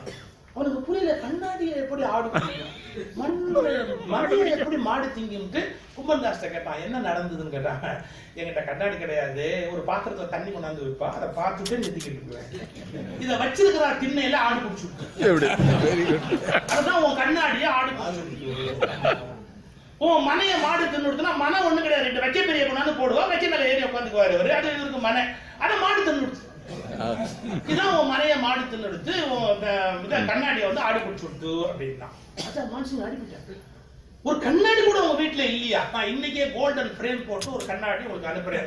இதை விட கெடுதலான சமாச்சாரம் நான் நிம்மதியா இருக்கிறேன். எனக்கு நீ தங்கத்தை கொண்டாடி நீங்க வச்சா எவன் திருட வருவானோ, எப்ப திருட வருவானோ, எப்ப எடுத்துட்டு போவானோ, என் நிம்மதியே போயிட்டு தயவு செய்து வேண்டாம். அவன் சொன்னான், அப்ப நான் ஒரு காரியம் பண்றேன், என்ன இந்த ஊருக்கு ஜாகீராவே உன்னை போடுறேன், 2 பேர் காவலா, இதை விட இம்சை எனக்கு வேண்டியது உடனே சொல்லிட்டு அவர் சொன்னார், நான் எவ்வளவு சந்தோஷமா இருக்கேன், அதை கெடுக்கணும்னு நீ வந்திருக்கீங்க பாருங்க. பொருள் மீது நாட்டம் இருக்கிற வரையிலே அந்த உயர்ந்த நிலையை ஒருத்தன் அடைய முடியாது. இது காஸ்டிசம் அல்ல, அது வந்து குணநலம். ஒரு வித்தியாசமான குணநலம் உள்ளவர்கள் வாழ்விலே வேறு ஒரு கோணத்துல போகிறார். சோ வர்ணாசிரமத்தை எப்படி எடுத்துக்கணும்னா, அன்னைக்கு சொல்லப்பட்டது அப்படியே எடுத்துக்க வேண்டாம், கான்செப்ட் அப்படியே எடுத்துக்க வேண்டாம், கொஞ்சம் மாற்றி அமைச்சுக்கலாம். உன் வாழ்விலேயே நீ 4 நிலைகளையும் கடக்க வேண்டி வரும். உடலை உழைத்து பிறருக்கு உதவியாக இருத்தல், 2 பணம் சம்பாதித்தல், 3 செல்வாக்கையும் புகழையும் சம்பாதித்தல். இதை எல்லாம் அர்த்தமற்றது என்று தொலைத்து விட்டு நிம்மதியாக இருத்தல். இந்த 4 ஸ்டேஜில் நீயே கடக்கணும். ஒரு காலத்துல அந்தந்த வர்ணத்துல பிறந்தாதான் உண்டு. நீ எந்த வர்ணத்துல பிறந்தாலும் 4 வர்ணத்தை கடந்து இன்னைக்கு மனிதன் ஞானம் அடைய முடியும். வேதம் புதுமை செய், பாரதி சொல்றா, புதிய வேதம் வேணா, புதுசா இன்டர்பிரேஷன் பண்ண, வேதம் புதுமை செய். யோசிக்கலாம்ல, இப்படி அமைஞ்சது. சத்திரிய தர்மத்தை பத்தி ஓஷோ ஒரு எக்ஸாம்பிள் சொல்றாரு. சத்திரிய தர்மம்னா என்ன அப்படின்னு அக்பருக்கு டவுட் வந்துதான். அவர் ராஜா மான்சிங்க தான் கூப்பிட்டு கேட்டாரா, என்னப்பா சத்திரிய தர்மம் சத்திரிய தர்மம் சொல்றாங்களே, அது என்ன உங்க சத்திரிய தர்மத்துல அப்படி ஒரு விசேஷமானது? கையை தட்டி அந்த 2 வாரியர் அக்பருக்கு டவுட், சத்திரிய தர்மம்னா என்னன்னு கேக்குறான். டக்குன்னு 2 பேர் வாழ விடணும். ஒருத்தர் ஃபைட் பண்ண ஆரம்பிச்சோம். பயங்கரமான ஃபைட். அக்பரே கலைச்சு நிறுத்துப்பா, சண்டை நிறுத்துங்கப்பா, 2 பேரும் சண்டை நிறுத்துப்பா, நிறுத்தணும். கத்தி பறக்குது, கடைசியில ரத்தம் சிந்துது, கடைசியில ஒருத்த வெட்டி செத்து கழுவு.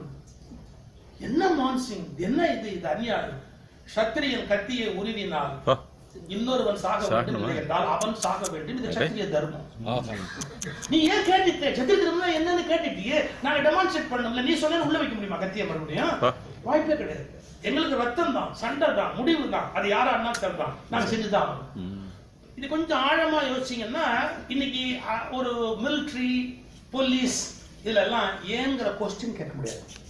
நீங்க யோசிக்கிறவங்க மிலிட்டரியில இருக்கக்கூடாது. ஏங்க எதுக்குங்க பாகிஸ்தான்காரங்க சொல்றதும் அப்படின்னீங்கன்னா உங்க டிசிஎஸ் பண்ணி கையில கொடுக்க முடியாது. சுடுனா சொல்ல வேண்டியது இல்லைங்களா? அங்க வந்து ஏன்ற கேள்வி கேட்டாலே அங்க இடம் கிடையாது இல்ல. இதையும் ஓஷோ ஒரு அருமையான கதையில சொல்றாரு. ஒரு பிலாசபி ப்ரொஃபஸரை வாரில் எடுத்துட்டோம்.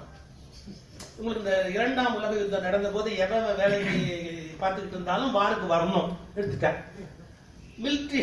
மிலிட்டரியில லெஃப்ட் ரைட் போட்டு எல்லாம் ஆர்டர் கொடுப்பாங்கல்ல, அபவுட் லெஃப்ட் அப்படின்னா எல்லாம் திரும்பினா. நம்ம பிலாசபி ப்ரொஃபஸர் இப்படி யோசிச்சேன், எதுக்கு லெஃப்ட் திரும்புறது? எல்லாம் திரும்புறாங்க. நெக்ஸ்ட் மொமெண்ட் அவரோட ஆர்டர் கொடுத்தா ரைட் ஹேண்ட், அவனுக்கு திரும்ப. இவன் திரும்பவே இல்லை. இந்த பிலாசபி ப்ரொஃபஸர் அந்த மிலிட்டரி மேஜர் கேட்டான், என்ன நீ? நான் ஒரு மிலிட்டரி மேஜர் கமாண்ட் கொடுத்து திரும்ப. அவர் சொன்னார் பாருங்க ஒரு பதில், முதல்ல நீ ஒரு முடிவு பண்ணு.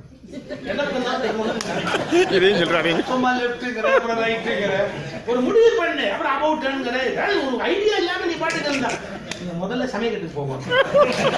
நீங்க மிலிட்டரியில எல்லாம் உள்ள வராதீங்க, அங்க போய் உங்களுக்கு வேலை கொடுத்துறேன். இனிமே நீங்க படைப்பிரிவுக்குள்ள வராதீங்க. அங்க எனக்கு என்ன வேலை இல்லை, பெருசு சின்னது எல்லாம் பிரிச்சு வைங்க, காய்கறிய உருளைக்கிழங்கெல்லாம் இருக்கு பிரிச்சு வைக்கும். இவன் போய் பார்த்தா ஒரு 3 மணி நேரம் கழிச்சு பார்த்தாலும் 3 உருளைக்கிழங்கு வச்சுட்டு என்ன உட்காந்துருக்கீங்கன்னா இதுல எது பெருசு? இதுல எடுத்தா இந்த சின்னதை விட பெருசா இருக்கா, அது பெருசை விட சின்னதா இருக்கா? இதை நான் என்ன கேட்டகரியில வைக்கிறதுன்னு எனக்கு தெரியல. நீங்க மிலிட்டரி விட்டே போறதுக்கு வெளியே போகணும். இதுல என்ன கொடுமை தெரியுங்களா? என்ன சொல்றானோ ஏன்னு கேட்காம செஞ்சாதான் அது மிலிட்டரிக்குரிய தர்மம். அங்க நீங்க கொஸ்டினே கேட்க முடியாது. ஏன் சுடணும், எதுக்கு சுடணும், எப்படி சுடணும், ஒண்ணுமே கிடையாது. ஒபே, அவ்வளவுதான் முடிஞ்சு போயிடுச்சு. பட் வீட்டுல நம்ம மிலிட்டரி தர்மத்தை நிறைவேற்ற முடியாது. வீட்டுல வந்து ஒபீடியன்ஸ் எதிர்பார்க்க முடியுமா? அதையும் அழகா ஓஷோ பயன்படுத்துவார். டிசிப்ளின் இருக்கணும், ஒபீடியன்ஸ் கூடாது. ஏன் ஒபீடியன்ஸ் வேணும்? ஒருத்தர் ஒபே பண்ண வச்சு எந்த சாதிக்க போறோம்? வீட்டுல டிசிப்ளின் வேணும், செல்ஃப் டிசிப்ளின், தனக்குள்ளேயே தன்னை ஒழுங்குபடுத்திக் கொள்ளுகிற ஒரு செல்ஃப் டிசிப்ளின் அவசியம். பல ஸ்கூல்லயே சார் குழந்தைங்களை டிசிப்ளின்டா இருன்னு சொல்றது இல்ல, ஒபே மை ஆர்டர் அப்படிங்கிறார். ஏன் ஒபே பண்ணணும்? இன்னொருத்தர் சொல்றேன் அதுக்கு ஒபே பண்ணணும். ஒரு வித்தியாசம் சொல்லட்டுமா? பிறரிடம் இருந்து நான் கட்டுப்படுத்தப்பட்டால் அது ஒபீடியன்ஸ், என்னாலேயே நான் கட்டுப்படுத்தப்பட்டால் டிசிப்ளின். என்னாலே கட்டுப்படுத்தப்பட்டால் நான் இந்த காரியம் செய்யக்கூடாது, இந்த காரியம் செய்யறது விவேகம் இல்லை அப்படின்னு, அது it is called discipline. Discipline, disciple அந்த வேர்டு பாருங்க. அதாவது ஒரு அடாம சீடர் பரம்பரையாக வரலாம், தனக்குள்ளே இருந்து அந்த கட்டுப்பாட்டை ஏற்படுத்திக்கணும். இது அவசியம். அப்ப மிலிட்டரிக்குன்னு ஒரு குவாலிட்டி இருக்கு. ஒவ்வொரு விஷயத்துக்கு ஒவ்வொரு விதமான குவாலிட்டி இருக்கு. நான் நிறைவா 2 செய்தி சொல்லி நான் முடிச்சிடுறேன். இந்த தர்மத்தை நீங்க தப்பா புரிஞ்சிட்டீங்கன்னா அதை விட குளறுபடி ஏற்படுத்தக்கூடியது இல்லை. ஒரு கிளாரிட்டி இருக்கணும். இன்னைக்கு பல பேர் என்ன நினைச்சுக்கிறாங்க அப்படின்னு கேட்டீங்கன்னா, புத்தகத்துல நூல்கள்ல நம்ம மதத்துல வெளியில எல்லாம் சொல்லப்பட்டதை அப்படியே இம்ப்ளிமெண்ட் பண்றதுதான் தர்மம் அப்படின்னு நினைக்கிறாங்க. சுயம் அப்படிங்கறத உள்ள வைக்க கூடாது, சொந்த சூரியர்கள் உள்ள அவசியமே கிடையாது அப்படின்னு நினைக்கிறாங்க. That is not correct. ஒவ்வொரு விஷயத்திலுமே சொந்த சூரியன் ஒண்ணு உள்ள இருக்கும். அது சில ஒளியை நமக்கு ஏற்படுத்தும். அவைகளை பற்றி நம்ம மதிப்பு குடிச்சு பழகணும். இதுக்கு ஒரு பியூட்டிஃபுல் இன்சிடென்ட். அதுவும் நான் ஓஷோவுடைய கீதை உரைகளை தான் படிச்சது. ஒரு வீட்டுல தங்கியிருக்காரு அவர். அந்த வீட்டுல ராத்திரி கொஞ்சம் தூக்கம் வரல, அப்படி வெளியில வந்து பாக்குறாரு. வெளியில நிறைய கட்டில் போட்டு, அந்த கட்டில்ல பல பேர் உருண்டுட்டு இருக்கிறான். தூங்காம உருண்டுகிட்டே இருக்காங்க. ஏன் எல்லாம் தூக்கம் வரல? இப்படி பார்த்துட்டாரு. முடிஞ்சு போய் மறுநாள் காலையில அந்த ஓனரை கூப்பிட்டாரு. ஏப்பா, நான் பார்த்த வெளியில வந்து ஒரு 15-20 பேர் கட்டில பட்டிருக்கான், யாருமே தூங்கல, உருண்டுகிட்டே இருக்கான் ராத்திரி முழுக்க, என்ன ப்ராப்ளம்? கட்டில் முழுக்க மூட்டை பூச்சியா இருக்கா? அப்ப இந்த பிளிட் அடிக்க சொல்ல வேண்டியதானே, மூட்டை பூச்சி அடிக்கும். உயிரை கொல்லக்கூடாது. நம்ம தர்ம சாஸ்திரத்துல என்ன சொல்லி அவங்களுடைய மதத்தை கோட் பண்றாங்க. அது என்ன சொல்லிருக்கு? ஒரு உயிரை நம்ம கொல்லக்கூடாது, அதனால நான் வந்து அதெல்லாம் பிளிட் எல்லாம் அடிக்க விட மாட்டேன் அப்படின்னாரு. சரி, அடிக்க விடலாம். இவங்க எல்லாம் எந்திரிச்சு போய் வெளியே போய் படுக்க சொல்லுவாங்கல்ல, அதுலயே அவங்க படுத்திருக்கணும்னு. 5 ரூபாய் கொடுத்து நான் தான் படுக்க வச்சிருக்கேன். எதுக்கு? மூட்டை பூச்சிக்கு ரத்தம் வேணுமா இல்லையா? எங்க போவோம்? அதுக்கு ரத்தம் வேணும்னு தான் ஏற்பாடு பண்ணிருக்கிறேன். 5 ரூபாய் வாங்கிட்டு எல்லாரும் படுத்திருக்கிறார். இல்ல தர்மத்தை காப்பாத்துறாரா? எல்லா உயிருக்கும் சாப்பாடு கொடுக்கணும், உயிரை கொல்லக்கூடாது. இப்ப எல்லா தர்மத்தையும் காப்பாத்துறாரா? இதுதான் சிக்கல். நீங்க தர்மத்தை குழந்தைத்தனமா காப்பாத்துறேன்னு ஆரம்பிச்சீங்கன்னா தர்மம் அதர்மமா போய் முடிஞ்சிடும். கிளாரிட்டி இருக்கணும். இந்த தர்மம் எது உண்மையான தர்மம், இதுக்குள்ள இல்ல எதை ஏற்றுக்கொள்ளணும், எதை தள்ளி வைக்கணும். பல பேர் என்ன சொல்றாங்க, எதையுமே நம்ம மாற்ற முடியாது சார். இப்போ ஸ்மிருதியில என்ன சொல்லப்பட்டிருக்கோ அது ஸ்மிருதியில நம்ம ஃபாலோ பண்றோம், ஸ்மிருதியில என்ன சொல்லியிருக்கிறோமோ அதை நம்ம அப்படியே ஃபாலோ பண்ணணும் அப்படின்னு ஒரு அவசியம் ஏற்படுகிற போது அவர்கிட்ட பரிசீலனை பண்ணா ஒண்ணும் தவறு கிடையாது. இப்ப நான் சொல்றது சில பேர் நான் மரபுல இருந்து மீறி போறேன் அப்படின்னு நினைப்பாங்க. நான் வேதங்கள் மீது கூட விமர்சனம் வச்சேன். வேதங்கள் சிறந்தவை என்றாலும் வேதங்களில் பிழை உண்டு என்பதை ஒப்புக்கொள்ளுகிற தைரியம் இந்துக்களுக்கு இருக்க வேண்டும். பயப்படுவாங்க எல்லாரும். அது எப்படி சார் வேதத்துல பிழை இருக்குன்னு சொல்லலாம்? இருக்கு. நான் டிரான்ஸ்லேஷன் படிச்சுட்டு சொல்றேன், பிழை இருக்கு. அந்த பிழையான கருத்தை பெருசா நம்ம பரப்பிக்கிட்டு இருக்க வேணாம். நான் இந்து மதத்துல மட்டுமே குறை சொல்றதால கொஞ்சம் தீவிர இந்து இயக்க நண்பர் என்ன கேட்பா, என்ன எப்ப பார்த்தா நம்ம மதத்துல சொல்றியே மத்த மதத்துல சொல்லக்கூடாதான்? எனக்கு உரிமை இல்லை. நல்ல கவனிங்க, என் வீட்டை ஒட்டடை அடிப்பதுதான் என் வேலையை ஒழிய எதிர் வீட்டு ஒட்டடை அடிப்பது என் வேலை அல்ல. அதுதான் எதிர் வீட்டை ஒட்டடை இல்லைன்னு நான் சொல்லல, ஒட்டடை இருக்கு, அவங்க அடிக்க மாட்டேங்கிறாங்க. எங்க வீட்டு ஒட்டடையை நான் அடிக்கிறேன், அதான் வித்தியாசம். எங்க தப்பு இருக்கும் அந்த தப்புன்னு தான் சொல்லணும். நான் அதை எடுத்து என்னன்னு வெளிப்படையா பேச விரும்பல. சில பகுதியும் நான் எடுத்து வச்சிருக்கிறேன். எவ்வளவு தவறான கருத்து அதுல ப்ரமோட் ஆயிருக்கு அப்படிங்கிறது. இதை என்னோட கருத்து மட்டும் நீங்க நினைக்க வேணாம். எனக்கு சப்போர்ட் ஒரு ஆள் இருக்கிறார். யாரு? எனக்கு முந்தின ஆள். வேதங்கள் கோர்த்து வைத்தார். அந்த வேதங்கள் மனிதம் மொழியில் இல்லை. வேதங்கள் என்று புவியோர் சொல்லும் வெறும் கதை திரளில் அவ்வேதம் இல்லை. அதுல பிழை இருக்குங்கிறது பாரதி எழுதுறார். வேதங்கள் என்றவற்றுள்ளே அவன் வேதத்தில் சில கலந்தது உண்டு. நிறைய விஷயம் உள்ள தப்பா கலந்து இருக்குது அப்படிங்கிறார். யாரு? பாரதி. அதோட நிறுத்தல, ஸ்மிருதிகளை பற்றி பாடுறார். பின்னும் ஸ்மிருதிகள் செய்தார் அவை மண்ணும் இயல்பின அல்ல. மண்ணுனா நிலை பெற்றது, அவை நிலை பெற்றவை அல்ல, மாற்றப்பட வேண்டியவை. எவ்வளவு போல்டா சொல்றா பாருங்க. மண்ணும் இயல்பின அல்ல, அவை மாறி பயிலும் இயல்பின ஆம், அவற்றை மாற்றுவதற்குரிய அதிகாரம் தேவை அப்படின்னு பேசுறான். அப்ப எது அறம் என்ற வரையறை வருகிற போது நீ சில விஷயத்தை துணிஞ்சு சொல்லணும். இன்னொருத்துல பாரதி பாடுறான், we give so much of importance to our Puranas and other things. Yes, I agree. அது வாழ்க்கையில சில நல்ல விஷயத்தை கத்து கொடுக்கிறதுக்கு வந்தது. பட் 10% அதை அப்படியே எடுத்துக்கிட்டு கன்ஃபியூஸ் பண்ணிட்டு கஷ்டப்படக்கூடாது. கடலினை தாவும் குரங்கும் கனவில் பிறந்ததோர் செவ்விதழ் பெண்ணும் வடமலை தாழ்ந்ததனாலே தெற்கில் வந்து தமன் செய்யும் குட்டை முனியும் நதியின் உள்ளே முழுகி போய் அந்த நாகர் உலகில் ஒரு பாம்பின் மகளை விதியுறவே மனம் செய்த திரள் வீமனும் கற்பனை என்பது கண்டோம். வீமனும் கற்பனை என்பது கண்டோம். விதியுறவே மனம் செய்த திரள் வீமனும் கற்பனை என்பது கண்டும். ஒன்று மற்றொன்றை பழிக்கும், ஒன்றில் உண்மை என்றோதி மற்றொன்று பொய் என்று ஓதும். நன்று புராணங்கள் செய்தால் அதில் நல்ல கவிதை பல தந்தார். எது நல்லா இருக்கோ அதெல்லாம் எடுத்துக்காரு. நல்ல கவிதை பல தந்தார். கவிதை மிக நல்லது ஏனும் அக்கதைகள் பொய் என்று தெளிவுற கண்டும். எங்க பொய் வருதோ பொய்ன்னு சொல். என்ன சிக்கல் தெரியுங்களா? எல்லாருமே அவங்க மதத்து நூல்ல சொல்லப்பட்டுட்டா அது உண்மையா இருக்கணும்னு நினைக்கிறாங்க. அது மட்டும் இல்ல, அடுத்தவங்க மதத்துல எல்லாம் பொய்யா இருக்கணும்னு நினைக்கிறாங்க. இதை விட முட்டாள்தனமான கருத்து இந்த உலகத்துல இருக்க முடியாது. உன் மதத்திலேயே முட்டாள்தனமான கருத்து இருக்கலாம், அடுத்தவங்க மதத்திலேயே முட்டாள்தனமான கருத்து இருக்கலாம். உன் மதத்திலேயே சிறந்த கருத்து இருக்கலாம், அடுத்தவங்க புத்தகத்திலேயே சிறந்த கருத்து இருக்கலாம்.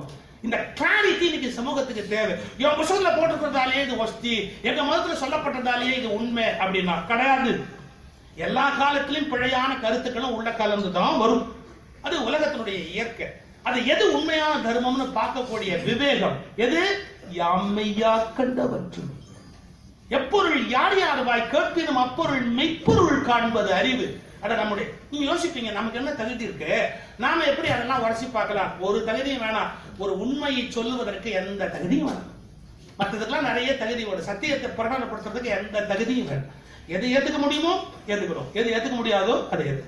32 அறங்கள் பெரிய அறங்கள் நம்ம எழுதி வச்சாங்க. அந்த கணக்குப்படி பார்த்தா இந்த அரவிந்த் கண் மருத்துவமனை ஒரு தரம். ஏன் நீங்க நோயாளிகளுக்கு மருத்துவம் ஒரு பகுதி தேவைப்படுற போது இலவசமா செய்யறதுங்கிறது 32 அறங்கள்ல ஒண்ணு தானே. அந்த மாதிரி பரம்பரையா அவசியமான தர்மங்கள் எல்லாம் விட்டுணும்னு ஒண்ணு அவசியம் இல்லை. ஆனா சில வகையான தர்மங்கள் வருது சார். 32 அறத்துல ஒரு தர்மம் இருக்கு சொல்லட்டுமா? நம்முடைய சாஸ்திரத்துல எழுதி வச்சிருக்க 32 அறத்துல ஒரு தர்மம் இருக்கு சொல்லட்டுமா? விருப்பப்படுகிற பெண்களின் விருப்பத்தை நிறைவேற்றுதல். நீங்க எடுத்துக்க முடியுமா? இருக்கு. நூல்ல இருக்குங்கிறதுக்கு அக்செப்ட் பண்ண முடியுமா? அது பரிசீலனை தேவை, அதுக்கு எத்தனையோ சம்மதம் தேவை, மரபு தேவை, அதுக்கு ப்ராப்பர் டைவர்ஸ் தேவை, ரீமேரேஜ் தேவை, எத்தனையோ விஷயங்கள் யோசிக்க வேண்டியிருக்கு அதுக்குள்ள இல்லையா? சோ எல்லாமே பரிசீலனைக்கு உட்பட்டது. கடவுள் உட்பட எல்லாமே பரிசீலனைக்கு உட்படுகிறது. பரிசீலனைக்கு அப்பாற்பட்டவை என்று இந்த உலகத்துல எதுவும் கிடையாது. ஆனா ஒண்ணு, இந்த தர்மங்களை சொல்லுகிற போது அகங்காரத்தின் அடிப்படையில் இருந்து அது பரப்பக்கூடாது. அதுக்கு ஒரே ஒரு அளவு போல் நானற்ற நானிலிருந்து அவை பிரகடனப்படுத்தப்பட வேண்டும். அந்த நானற்ற நான் என்பது கூட முக்கியம். கூட வாட்ஸ்அப்ல என்னோட ஒண்ணு போயிட்டு இருக்குது, அந்த திருப்பதி பெருமாளுக்கு ஏன்பா நகையா போடுறீங்க, அதுக்கு பதிலா எத்தனையோ ஹாஸ்பிட்டல் கட்டலாமே, அது சொல்றதுக்கு உனக்கு என்ன அதிகாரம் இருக்குன்னு ஒருத்தர் கேட்டு எனக்கு அனுப்பிச்சிருந்தேன். இதை சொல்றதுக்கு அதுக்கு அதிகாரம் வேணும்? ஒரு அதிகாரம் வேண்டியது இல்லையே. இப்படி பண்ணலாமே ஒரு யோசனை சொல்றதுக்கு என்ன பெரிய அதிகாரம் வேண்டியிருக்கு? ஒரு காலத்துல கோயில்ல தங்க கிரீடம் பண்றதுக்கு அது தர்மமா கருதப்பட்டது. இப்ப அது இல்லையே சார். வயிற்றுக்கு ஒட்டியானம் போடுறதை விட வயிறு ஒட்டினவனை பத்தி கவலைப்படுறதானே சார் முக்கியம். வயிறுல ஒட்டியானம் போடுறது தர்மமா பேசிட்டு இருக்காங்க. வயிறுல ஒட்டியானம் போடுறதுதான் எங்க தர்மத்துல சொல்லியிருக்கா சொல்ல முடியும். வயிறு ஒட்டி போயிருக்கு, அவனை பத்தி யோசிக்க வேண்டாம் அந்த காலகட்டத்துல. சில விஷயத்துல மாற்றங்களை கொண்டு வருவது என்பது தவறு கிடையாது. ஏன் பாரதியாருக்கு வழிகாட்டி ஸ்மிருதிகள்ல கூட சில மாற்றங்களை நீங்கள் கொண்டு வரலாம், ஒன்றும் தவறு இல்லை அப்படிங்கிறான். ஆனா ஒண்ணு, அதை சொல்றவனுக்கு சுய லாபம் எண்ணம் இருக்கக்கூடாது. இதை பண்ணா என் கம்யூனிட்டிக்கு லாபம், இதை பண்ணா எனக்கு லாபம். அது எவனுக்கு அந்த மாதிரி எதை பண்ணா லாபம் இல்லையோ அவன் சொல்ற போது அது தர்மமாக மாறப்படும். சொல்றதுக்கான ஒரு யோகியதை ஒண்ணு இருக்கு. அவருக்கு எந்த உள்நோக்கமும் இருக்கக்கூடாது. எந்த விதமான உள்நோக்கம் இருந்தாலும் தவறு. நான் ஏன் பாரதியை சிலாகிக்கிறேன் சார்? கடல்ல போய் காசு போடுறா எத்துக்கிரி அம்மா, பாரதியோட வரலாற்று எழுதுனவ. எத்துக்கிரி போய் கடல்ல காசு போடுற கூப்பிட்டாரு. எதுக்கு கடல்ல காசு போட்டு? அம்மா தான் சொல்லியிருக்கா, சமுத்திர ராஜா பார்க்க போறச்சு பெரியவங்களுக்கு காசு போடணும்னு சொல்லி சமுத்திரத்துக்கு போடுவா. குளத்துக்கு ஏரிக்கெல்லாம் போனா காசு போடுறது இல்லையா, அது மாதிரி சமுத்திரத்துக்கு போட்டேன். பாரதி சொல்றாரு, குளத்துல ஏரியில போடலாம், சமுத்திரத்துல ஏன் போட்டேன்? அம்மாக்கு இது தெரியாதா? அம்மா தெரிய மாட்டாளா? நீங்க என்ன அம்மாவை குறை சொல்றீங்களா கேட்கலாம். எதுக்குறீ அம்மா? அதுக்கு ஒரு பதில் சொல்றாரு, நல்லா தெரிஞ்சுக்கோ. அவ சொன்னா இவா சொன்னாங்கிறது முக்கியம் இல்லை, நீ யோசி. குளத்திலையும் கம்மாயிலையும் ஏன் போட்டான்னு கேட்டா, அதுல காசு போட்டா திரும்ப அதை சுத்தம் பண்ணணும்ன்ற எண்ணம் அங்க உழைக்கிறவனுக்கு வரும்போது காசு கிடைக்கும். காசுக்காகவே சேர்த்து அள்ளி வெளியே கொட்டுவான். அப்ப கம்மாயும் குளமும் ஆழமாகும். சமுத்திரத்தை எவன் தூர்வார போறான்? நீ போட்ட காசால மீனுக்கு 2 லாபம் உண்டா? காசுக்கு ஆசைப்படுறது மனுஷ ஜாதி தானே ஒழிய மீன் இல்லை. இந்த மீன்ல கொண்டு போய் 2 பொறி வாங்கி கடல்ல போட்டுட்டா கூட 2 மீன் சாப்பிட்டு இருக்கும். அடுத்த வாரத்தை பாரதி சொல்றான், நீ போகும் போதே ஒரு பாம்பாட்டி பிச்சைக்காரன் கொண்ட காலனா காசு கேட்டான்ல, அது அவனுக்கு போட்டு அவன் குழந்தைகள் வயிறார சாப்பிட்டு இருக்கும். கடல்ல போய் போட்டு முட்டாள்தனம் பண்ணாத. குளத்துல போடுறது வேற, கடல்ல போடுறது வேற. இப்ப என்ன மாதிரி போச்சு, நாஸ்திகம் ஒரு குரூப் எல்லாத்தையும் சகத்த மேனிக்கு தாக்க வேண்டியது. மதப்பற்று ஆஸ்திகம் பேர்ல எல்லாத்தையும் அப்படியே ஆதரிக்க வேண்டியது. ஆனா எல்லாத்தையும் அப்படியே புடிச்சுக்கிட்டு எல்லாம் நியாயம்னே பேசுறது இல்ல, எல்லாமே அநியாயம்னு பேசுறது.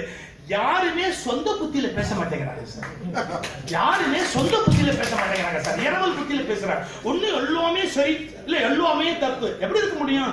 தப்பு கொஞ்சம் சரியா இருக்க முடியும், சரி கொஞ்சம் தப்பா இருக்க முடியும். எப்பொருள் யார் யார் வாய் கேட்கணும் அப்பொருள் மெய்ப்பொருள் காண்பது. சொந்த ஜோதியை கொளுத்துங்கள், தர்மத்தை கண்டறியுங்கள். அந்த அறத்தை வாழ்வில் செய்வதற்கு அறம் செய்ய விரும்பு. நன்றி, வணக்கம்.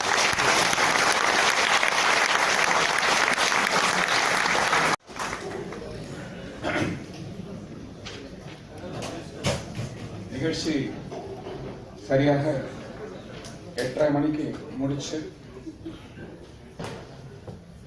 நம்ம இங்க வந்திருக்கிற மெம்பர்ஸ் அனைவரும் நம்ம Aravind medical research foundation hospital ground floor last year dinner நடந்த இடம்.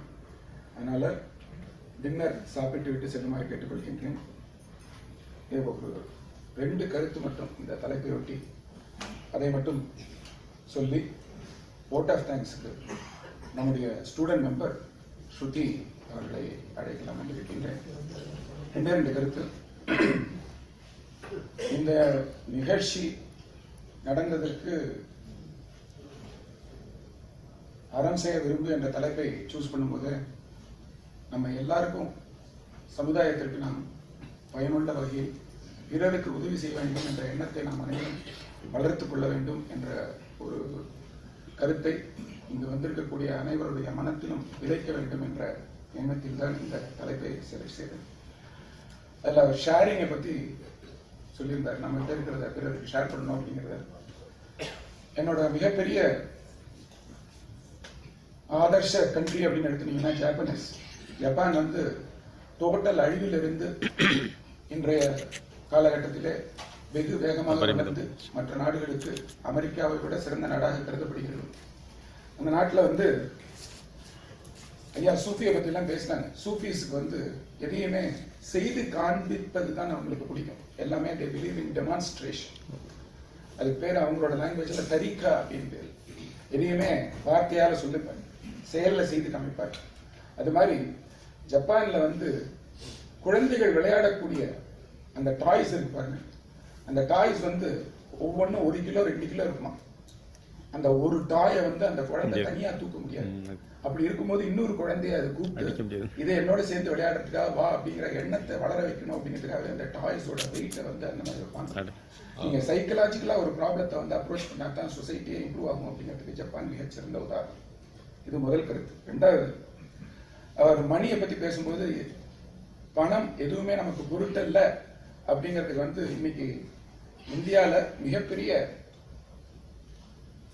தன்னுடைய முயற்சியினால மிகச்சிறந்த அளவில் பார்மசூட்டிக்கல் இண்டஸ்ட்ரியில முன்னுக்கு வந்திருக்கக்கூடியவர் திலீப் சிங்வின்னு சொல்லிட்டு, எவ்வளவு பேர் அவங்களை பத்தி கேள்விப்பட்டிருக்கீங்கன்னு தெரியல. ஆஸ் எ சார்ட் அக்கௌண்ட் என்ன திலீப் சிங்வி சன் ஃபார்மான்னு சொல்லிட்டு ஒரு இண்டஸ்ட்ரி வச்சிருக்காரு. அவர்கிட்ட வந்து நீங்க இவ்வளவு பணம் சம்பாதிச்சிருக்கீங்க, நீங்க என்ன உங்க கருத்து அப்படின்னு சொன்னோன்னா அவர் சொன்ன ஒரு வார்த்தை, மணி இஸ் டிரான்சிஷனல் அப்படின்னு சொன்னாங்க. செல்வம் அப்படிங்கிறத நம்ம வந்து செல்வோம் அப்படின்னு நம்ம சொல்லுவோம், அது எல்லார்ட்டையும் நிலையா இருக்காது அப்படிங்கிறது. அந்த கருத்தை அவர் சொல்லிட்டு அவர் சொன்னார். அவர் சொன்ன மாதிரி ஆஸ் எ சார்ட் அக்கௌண்ட் நான் நிறைய பேரோட லைஃப்ல வந்து எவ்வளவு சம்பாதிச்சிருக்காங்க அப்படின்னு பார்க்கும்போது I have come to a conclusion, நிறைய பணம் வச்சிருக்கிறவங்களுடைய net worth is not worth. Net worth is not worth. Net worth அப்படின்னா அருமை அருமை. Assets and liabilities what is a net worth? Most of the people பாத்தீங்கன்னா யூனி டைமென்ஷன், அதாவது பணம் சார்ந்த ஒரு சிந்தனையை தவிர வேற எந்த சிந்தனையுமே இல்லாமல் வாழ்ந்து திடீரென்று இந்த உலகத்தை விட்டு சென்று விடுவார்கள். அவர்களை விட புண்ணியம் செய்தவர்கள் யார் என்றால் பிறருக்காக யார் உழைக்கிறார்களோ. அவர் சொன்னது இன்னைக்கு தர்மத்தை பத்தி சொன்னார். தர்மத்தை பத்தி சொல்லும்போது எவ்வளவுதான் சொன்னாலும் அப்டிராக்டா, ஆனா விஞ்ஞான பூர்வமான விளக்கத்தையும் ஒரு 2 நிமிஷத்துல சொல்லி முடிச்சிடணும் அப்படின்னு ஆசைப்படுறேன். நம்ம உடம்புல வந்து 4 கெமிக்கல்ஸ் இருக்கு. இன்னைக்கு சைக்காட்ரிஸ்ட்லாம் வந்திருக்காங்க. Doctor Ravindranath is here, he will agree with me. Doctor Deep is also a member, he is a psychiatrist. 4 chemicals இருக்கு.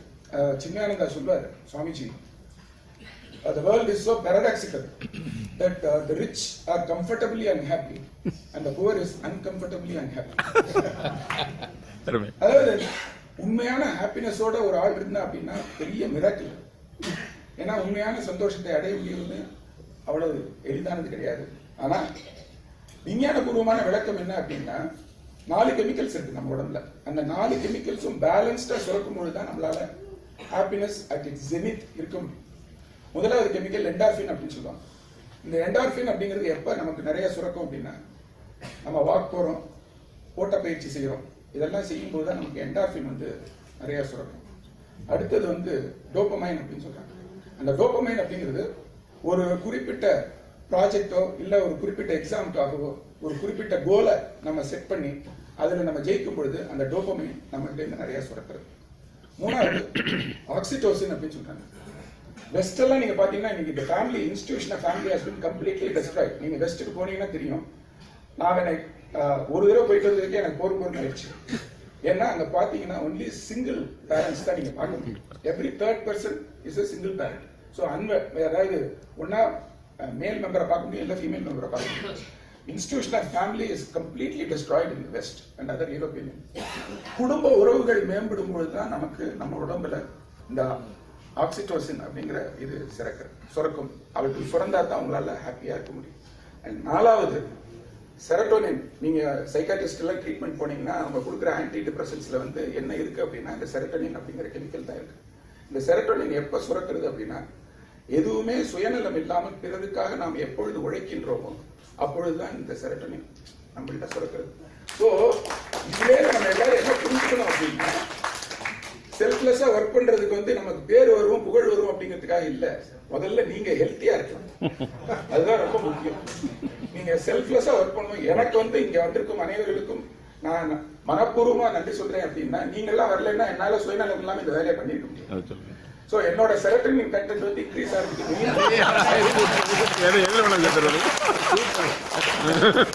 இது வந்து அறம் செய்ய விரும்பு அப்படின்னா ஆத்திச்சூடி மட்டும் இல்லை, இது வாழ்வியல் முறை.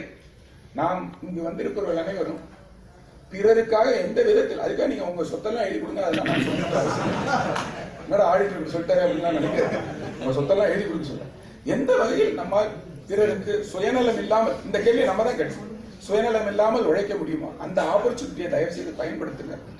அறம் செய்ய விரும்புவோம், அறத்தை செய்வோம் என்று கூறி ஸ்ருதி அவர்களை, ஸ்ருதி, I am very happy to introduce to the gathering. She is a student member of MRC for the last 14 years. Please give her a big hand.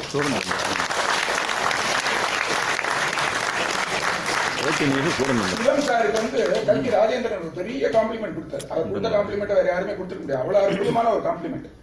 சிவம் சாருக்கு என்ன கொடுத்தாரு அப்படின்னா, he has got the ability to talk to a person 16 and also to 61 and can motivate both அப்படின்னா.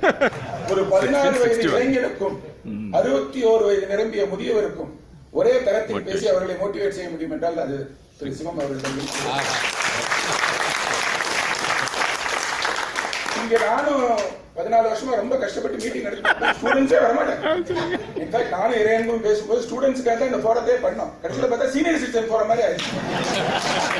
பரவாயில்ல, நம்ம வேலையை நடத்துவோம் அப்படின்னு சொல்லிட்டு அந்த மாதிரி விஷயத்துல இப்போ ஒரு லாஸ்ட் 4-5 இயர்ஸ்ல கொஞ்சம் ஸ்டூடெண்ட் மெம்பர்ஸ்லாம் நிறைய பேர் வராங்க. என்னடா புரியாத விஷயம், இந்த காலத்துல தர்மத்தை பத்தி எல்லாம் பேசுறேன், இல்ல எனக்கு ஒரு கண்காணியம் இருக்காரு, அதனால அவர் பேசுறதுனால நானும் பேசுறேன் அப்படின்னு சொல்லிட்டு இருக்கேன். பட் அந்த மாதிரி இருக்கக்கூடிய காலத்துல ஸ்ருதி has been a member right from the beginning. And இங்க இருக்கக்கூடிய சப்ஜெக்ட்ஸ்லாம் ரொம்ப வெரி டெக்னிக்கல் அண்ட் டிஃபிகல்ட். அந்த மாதிரி சப்ஜெக்ட்ஸ் இருக்கும்போதும் she has shown enough interest and today is her birthday and she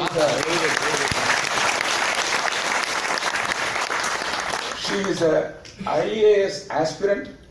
I wish her very good. Let God wish that her dream of very good IAS aspirant in future. With these few words I request Shruti to propose the vote of thanks.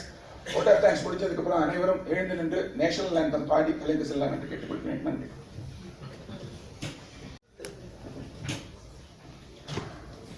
A temple is a social center and must become a place of cultural revival. It's a sacred place of reverence where love of mind and respect of intellect come together. Yes, we are all here gathered for the 14th anniversary meet of Madurai Readers Forum. Good evening, one and all. It's my great privilege to have been asked to propose the vote of thanks today. One of the classic saying of Mark Twain, the two most days important in your life are the day you are born and the day you find out why. Yes, today is the day I found the why and I am blessed to have the above said 2 days on this auspicious occasion. MRC-க்கும் கோவிலுக்கும் ஒரே ஒரு வித்தியாசம்தான். கோவிலில் நாம் பேசிக் கொண்டிருப்போம், தெய்வங்கள் கேட்டுக்கொண்டிருக்கும். MRC-யில் தான் தெய்வங்கள் பேசும், நாம் கேட்டுக்கொண்டிருப்போம். This is what happened today. I would like to extend my sincere thanks to our respected chief guest for making us realize success is to serve the need of the country and its people in fair and honest means. Once again, my humble thanks, sir. I am indeed to thank one significant person in my life every moment. His life itself is a scripture. His works are hymns. His actions are blessings upon the world. He is fulfilled, the perfect. In such an accomplished legend, none other than our respected Dr. G.V., whose vibration is still around us. I visualize a web of life holding together, feeding the visually challenged. There is no higher religion than human service. To work for the common good is the greatest creed. விழி இழந்தோருக்கு விஸ்வரூப தரிசனமாய் வழிகாட்டிக் கொண்டிருக்கும் மதுரை அரவிந்திற்கு எமது மனமார்ந்த நன்றிகள். விழி இழந்தோருக்கு விஸ்வரூப தரிசனம். அருமை அருமை, நல்ல wording. At this moment I would like to share. இதிகாசங்களும் இலக்கியங்களும் வாழ்வின் அந்திம காலத்தில் வாசிக்க வேண்டியவை அல்ல, வாழ்வின் ஆரம்ப காலத்திலேயே வாசிக்க வேண்டியவை என்று உணர்த்தியது MRC. Yes, we can locate Kurukshetra geographically, but MRC is the only forum that taught me எந்த இடத்திலெல்லாம் நமக்கும் நம் மனதிற்கும் போராட்டம் நடக்கிறதோ அந்த இடம்தான் Kurukshetra.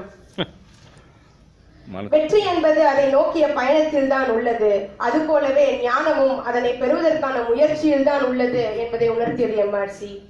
These days, we are all more familiar with GDP, gross domestic product, but MRC has made us live with GDH, gross domestic happiness. My academics taught me law, set of rules and regulations, but MRC taught me ethics, set of guidelines. Next of all, the one who taught us life is a strange balance sheet and told us what we give is credited and what we get is debited, whose words are out from the depth of truth, a believer of faith in his inheritance, the one who relies not on theory but on experience, our respected convener who takes up all efforts to make every meeting a grand success. I extend my sincere thanks to our scripturizer of Readers Forum. Thank you, Uncle. At this moment, I wish to remember, உலகில் விலை மதிப்பில்லாதது நம்மிடம் இருப்பவை அல்ல, நம்மோடு இருப்பவர்கள். Respected members, you have all been with me these 10 years, guiding and shaping me with a new perspective of life. I wholeheartedly thank our respected members of MRC. Food is the ingredient that binds us together. We are also fortunate to have Fortune Pandin Hotel with us providing today's dinner. I would extend my profound thanks to Fortune Pandin Hotel Limited. I am grateful to thank Sri Bhaskar Rao, industrialist and philanthropist, Ranipet, who has sponsored for our guest speaker's visit. Thank you, sir. I take this opportunity to express my profuse thanks to our respected member, Mr. Ananthan sir, a major donor for the event of MRC. Thank you, sir. I also thank all respected members of MRC who have generously contributed for the event. Our special thanks to the housekeeping staff of Aravind Eye Care System for their dedication for being present on holidays to serve our members at every meetings. My sincere thanks to Mr. Dhanapal for giving excellent coverage and bringing out the CD of the meeting. I extend my heartful thanks to Bharat Couriers who have worked as wireless communication for all of us to gather here. Thank you, Bharat Couriers. Last but not the least, once a Britisher asked Swami Vivekananda, why can't you wear proper clothes to look like a gentleman? Swami Vivekananda smiled and replied, in your culture, a tailor makes a gentleman, but in our culture, character makes a gentleman. So MRC is a man-making forum, a silent revolution among the society. Thank you one and all. Jai Hind. February, wherein we are going to have a lecture on Patinathar by Arunachal Man, our member. With this, let us all stand up and say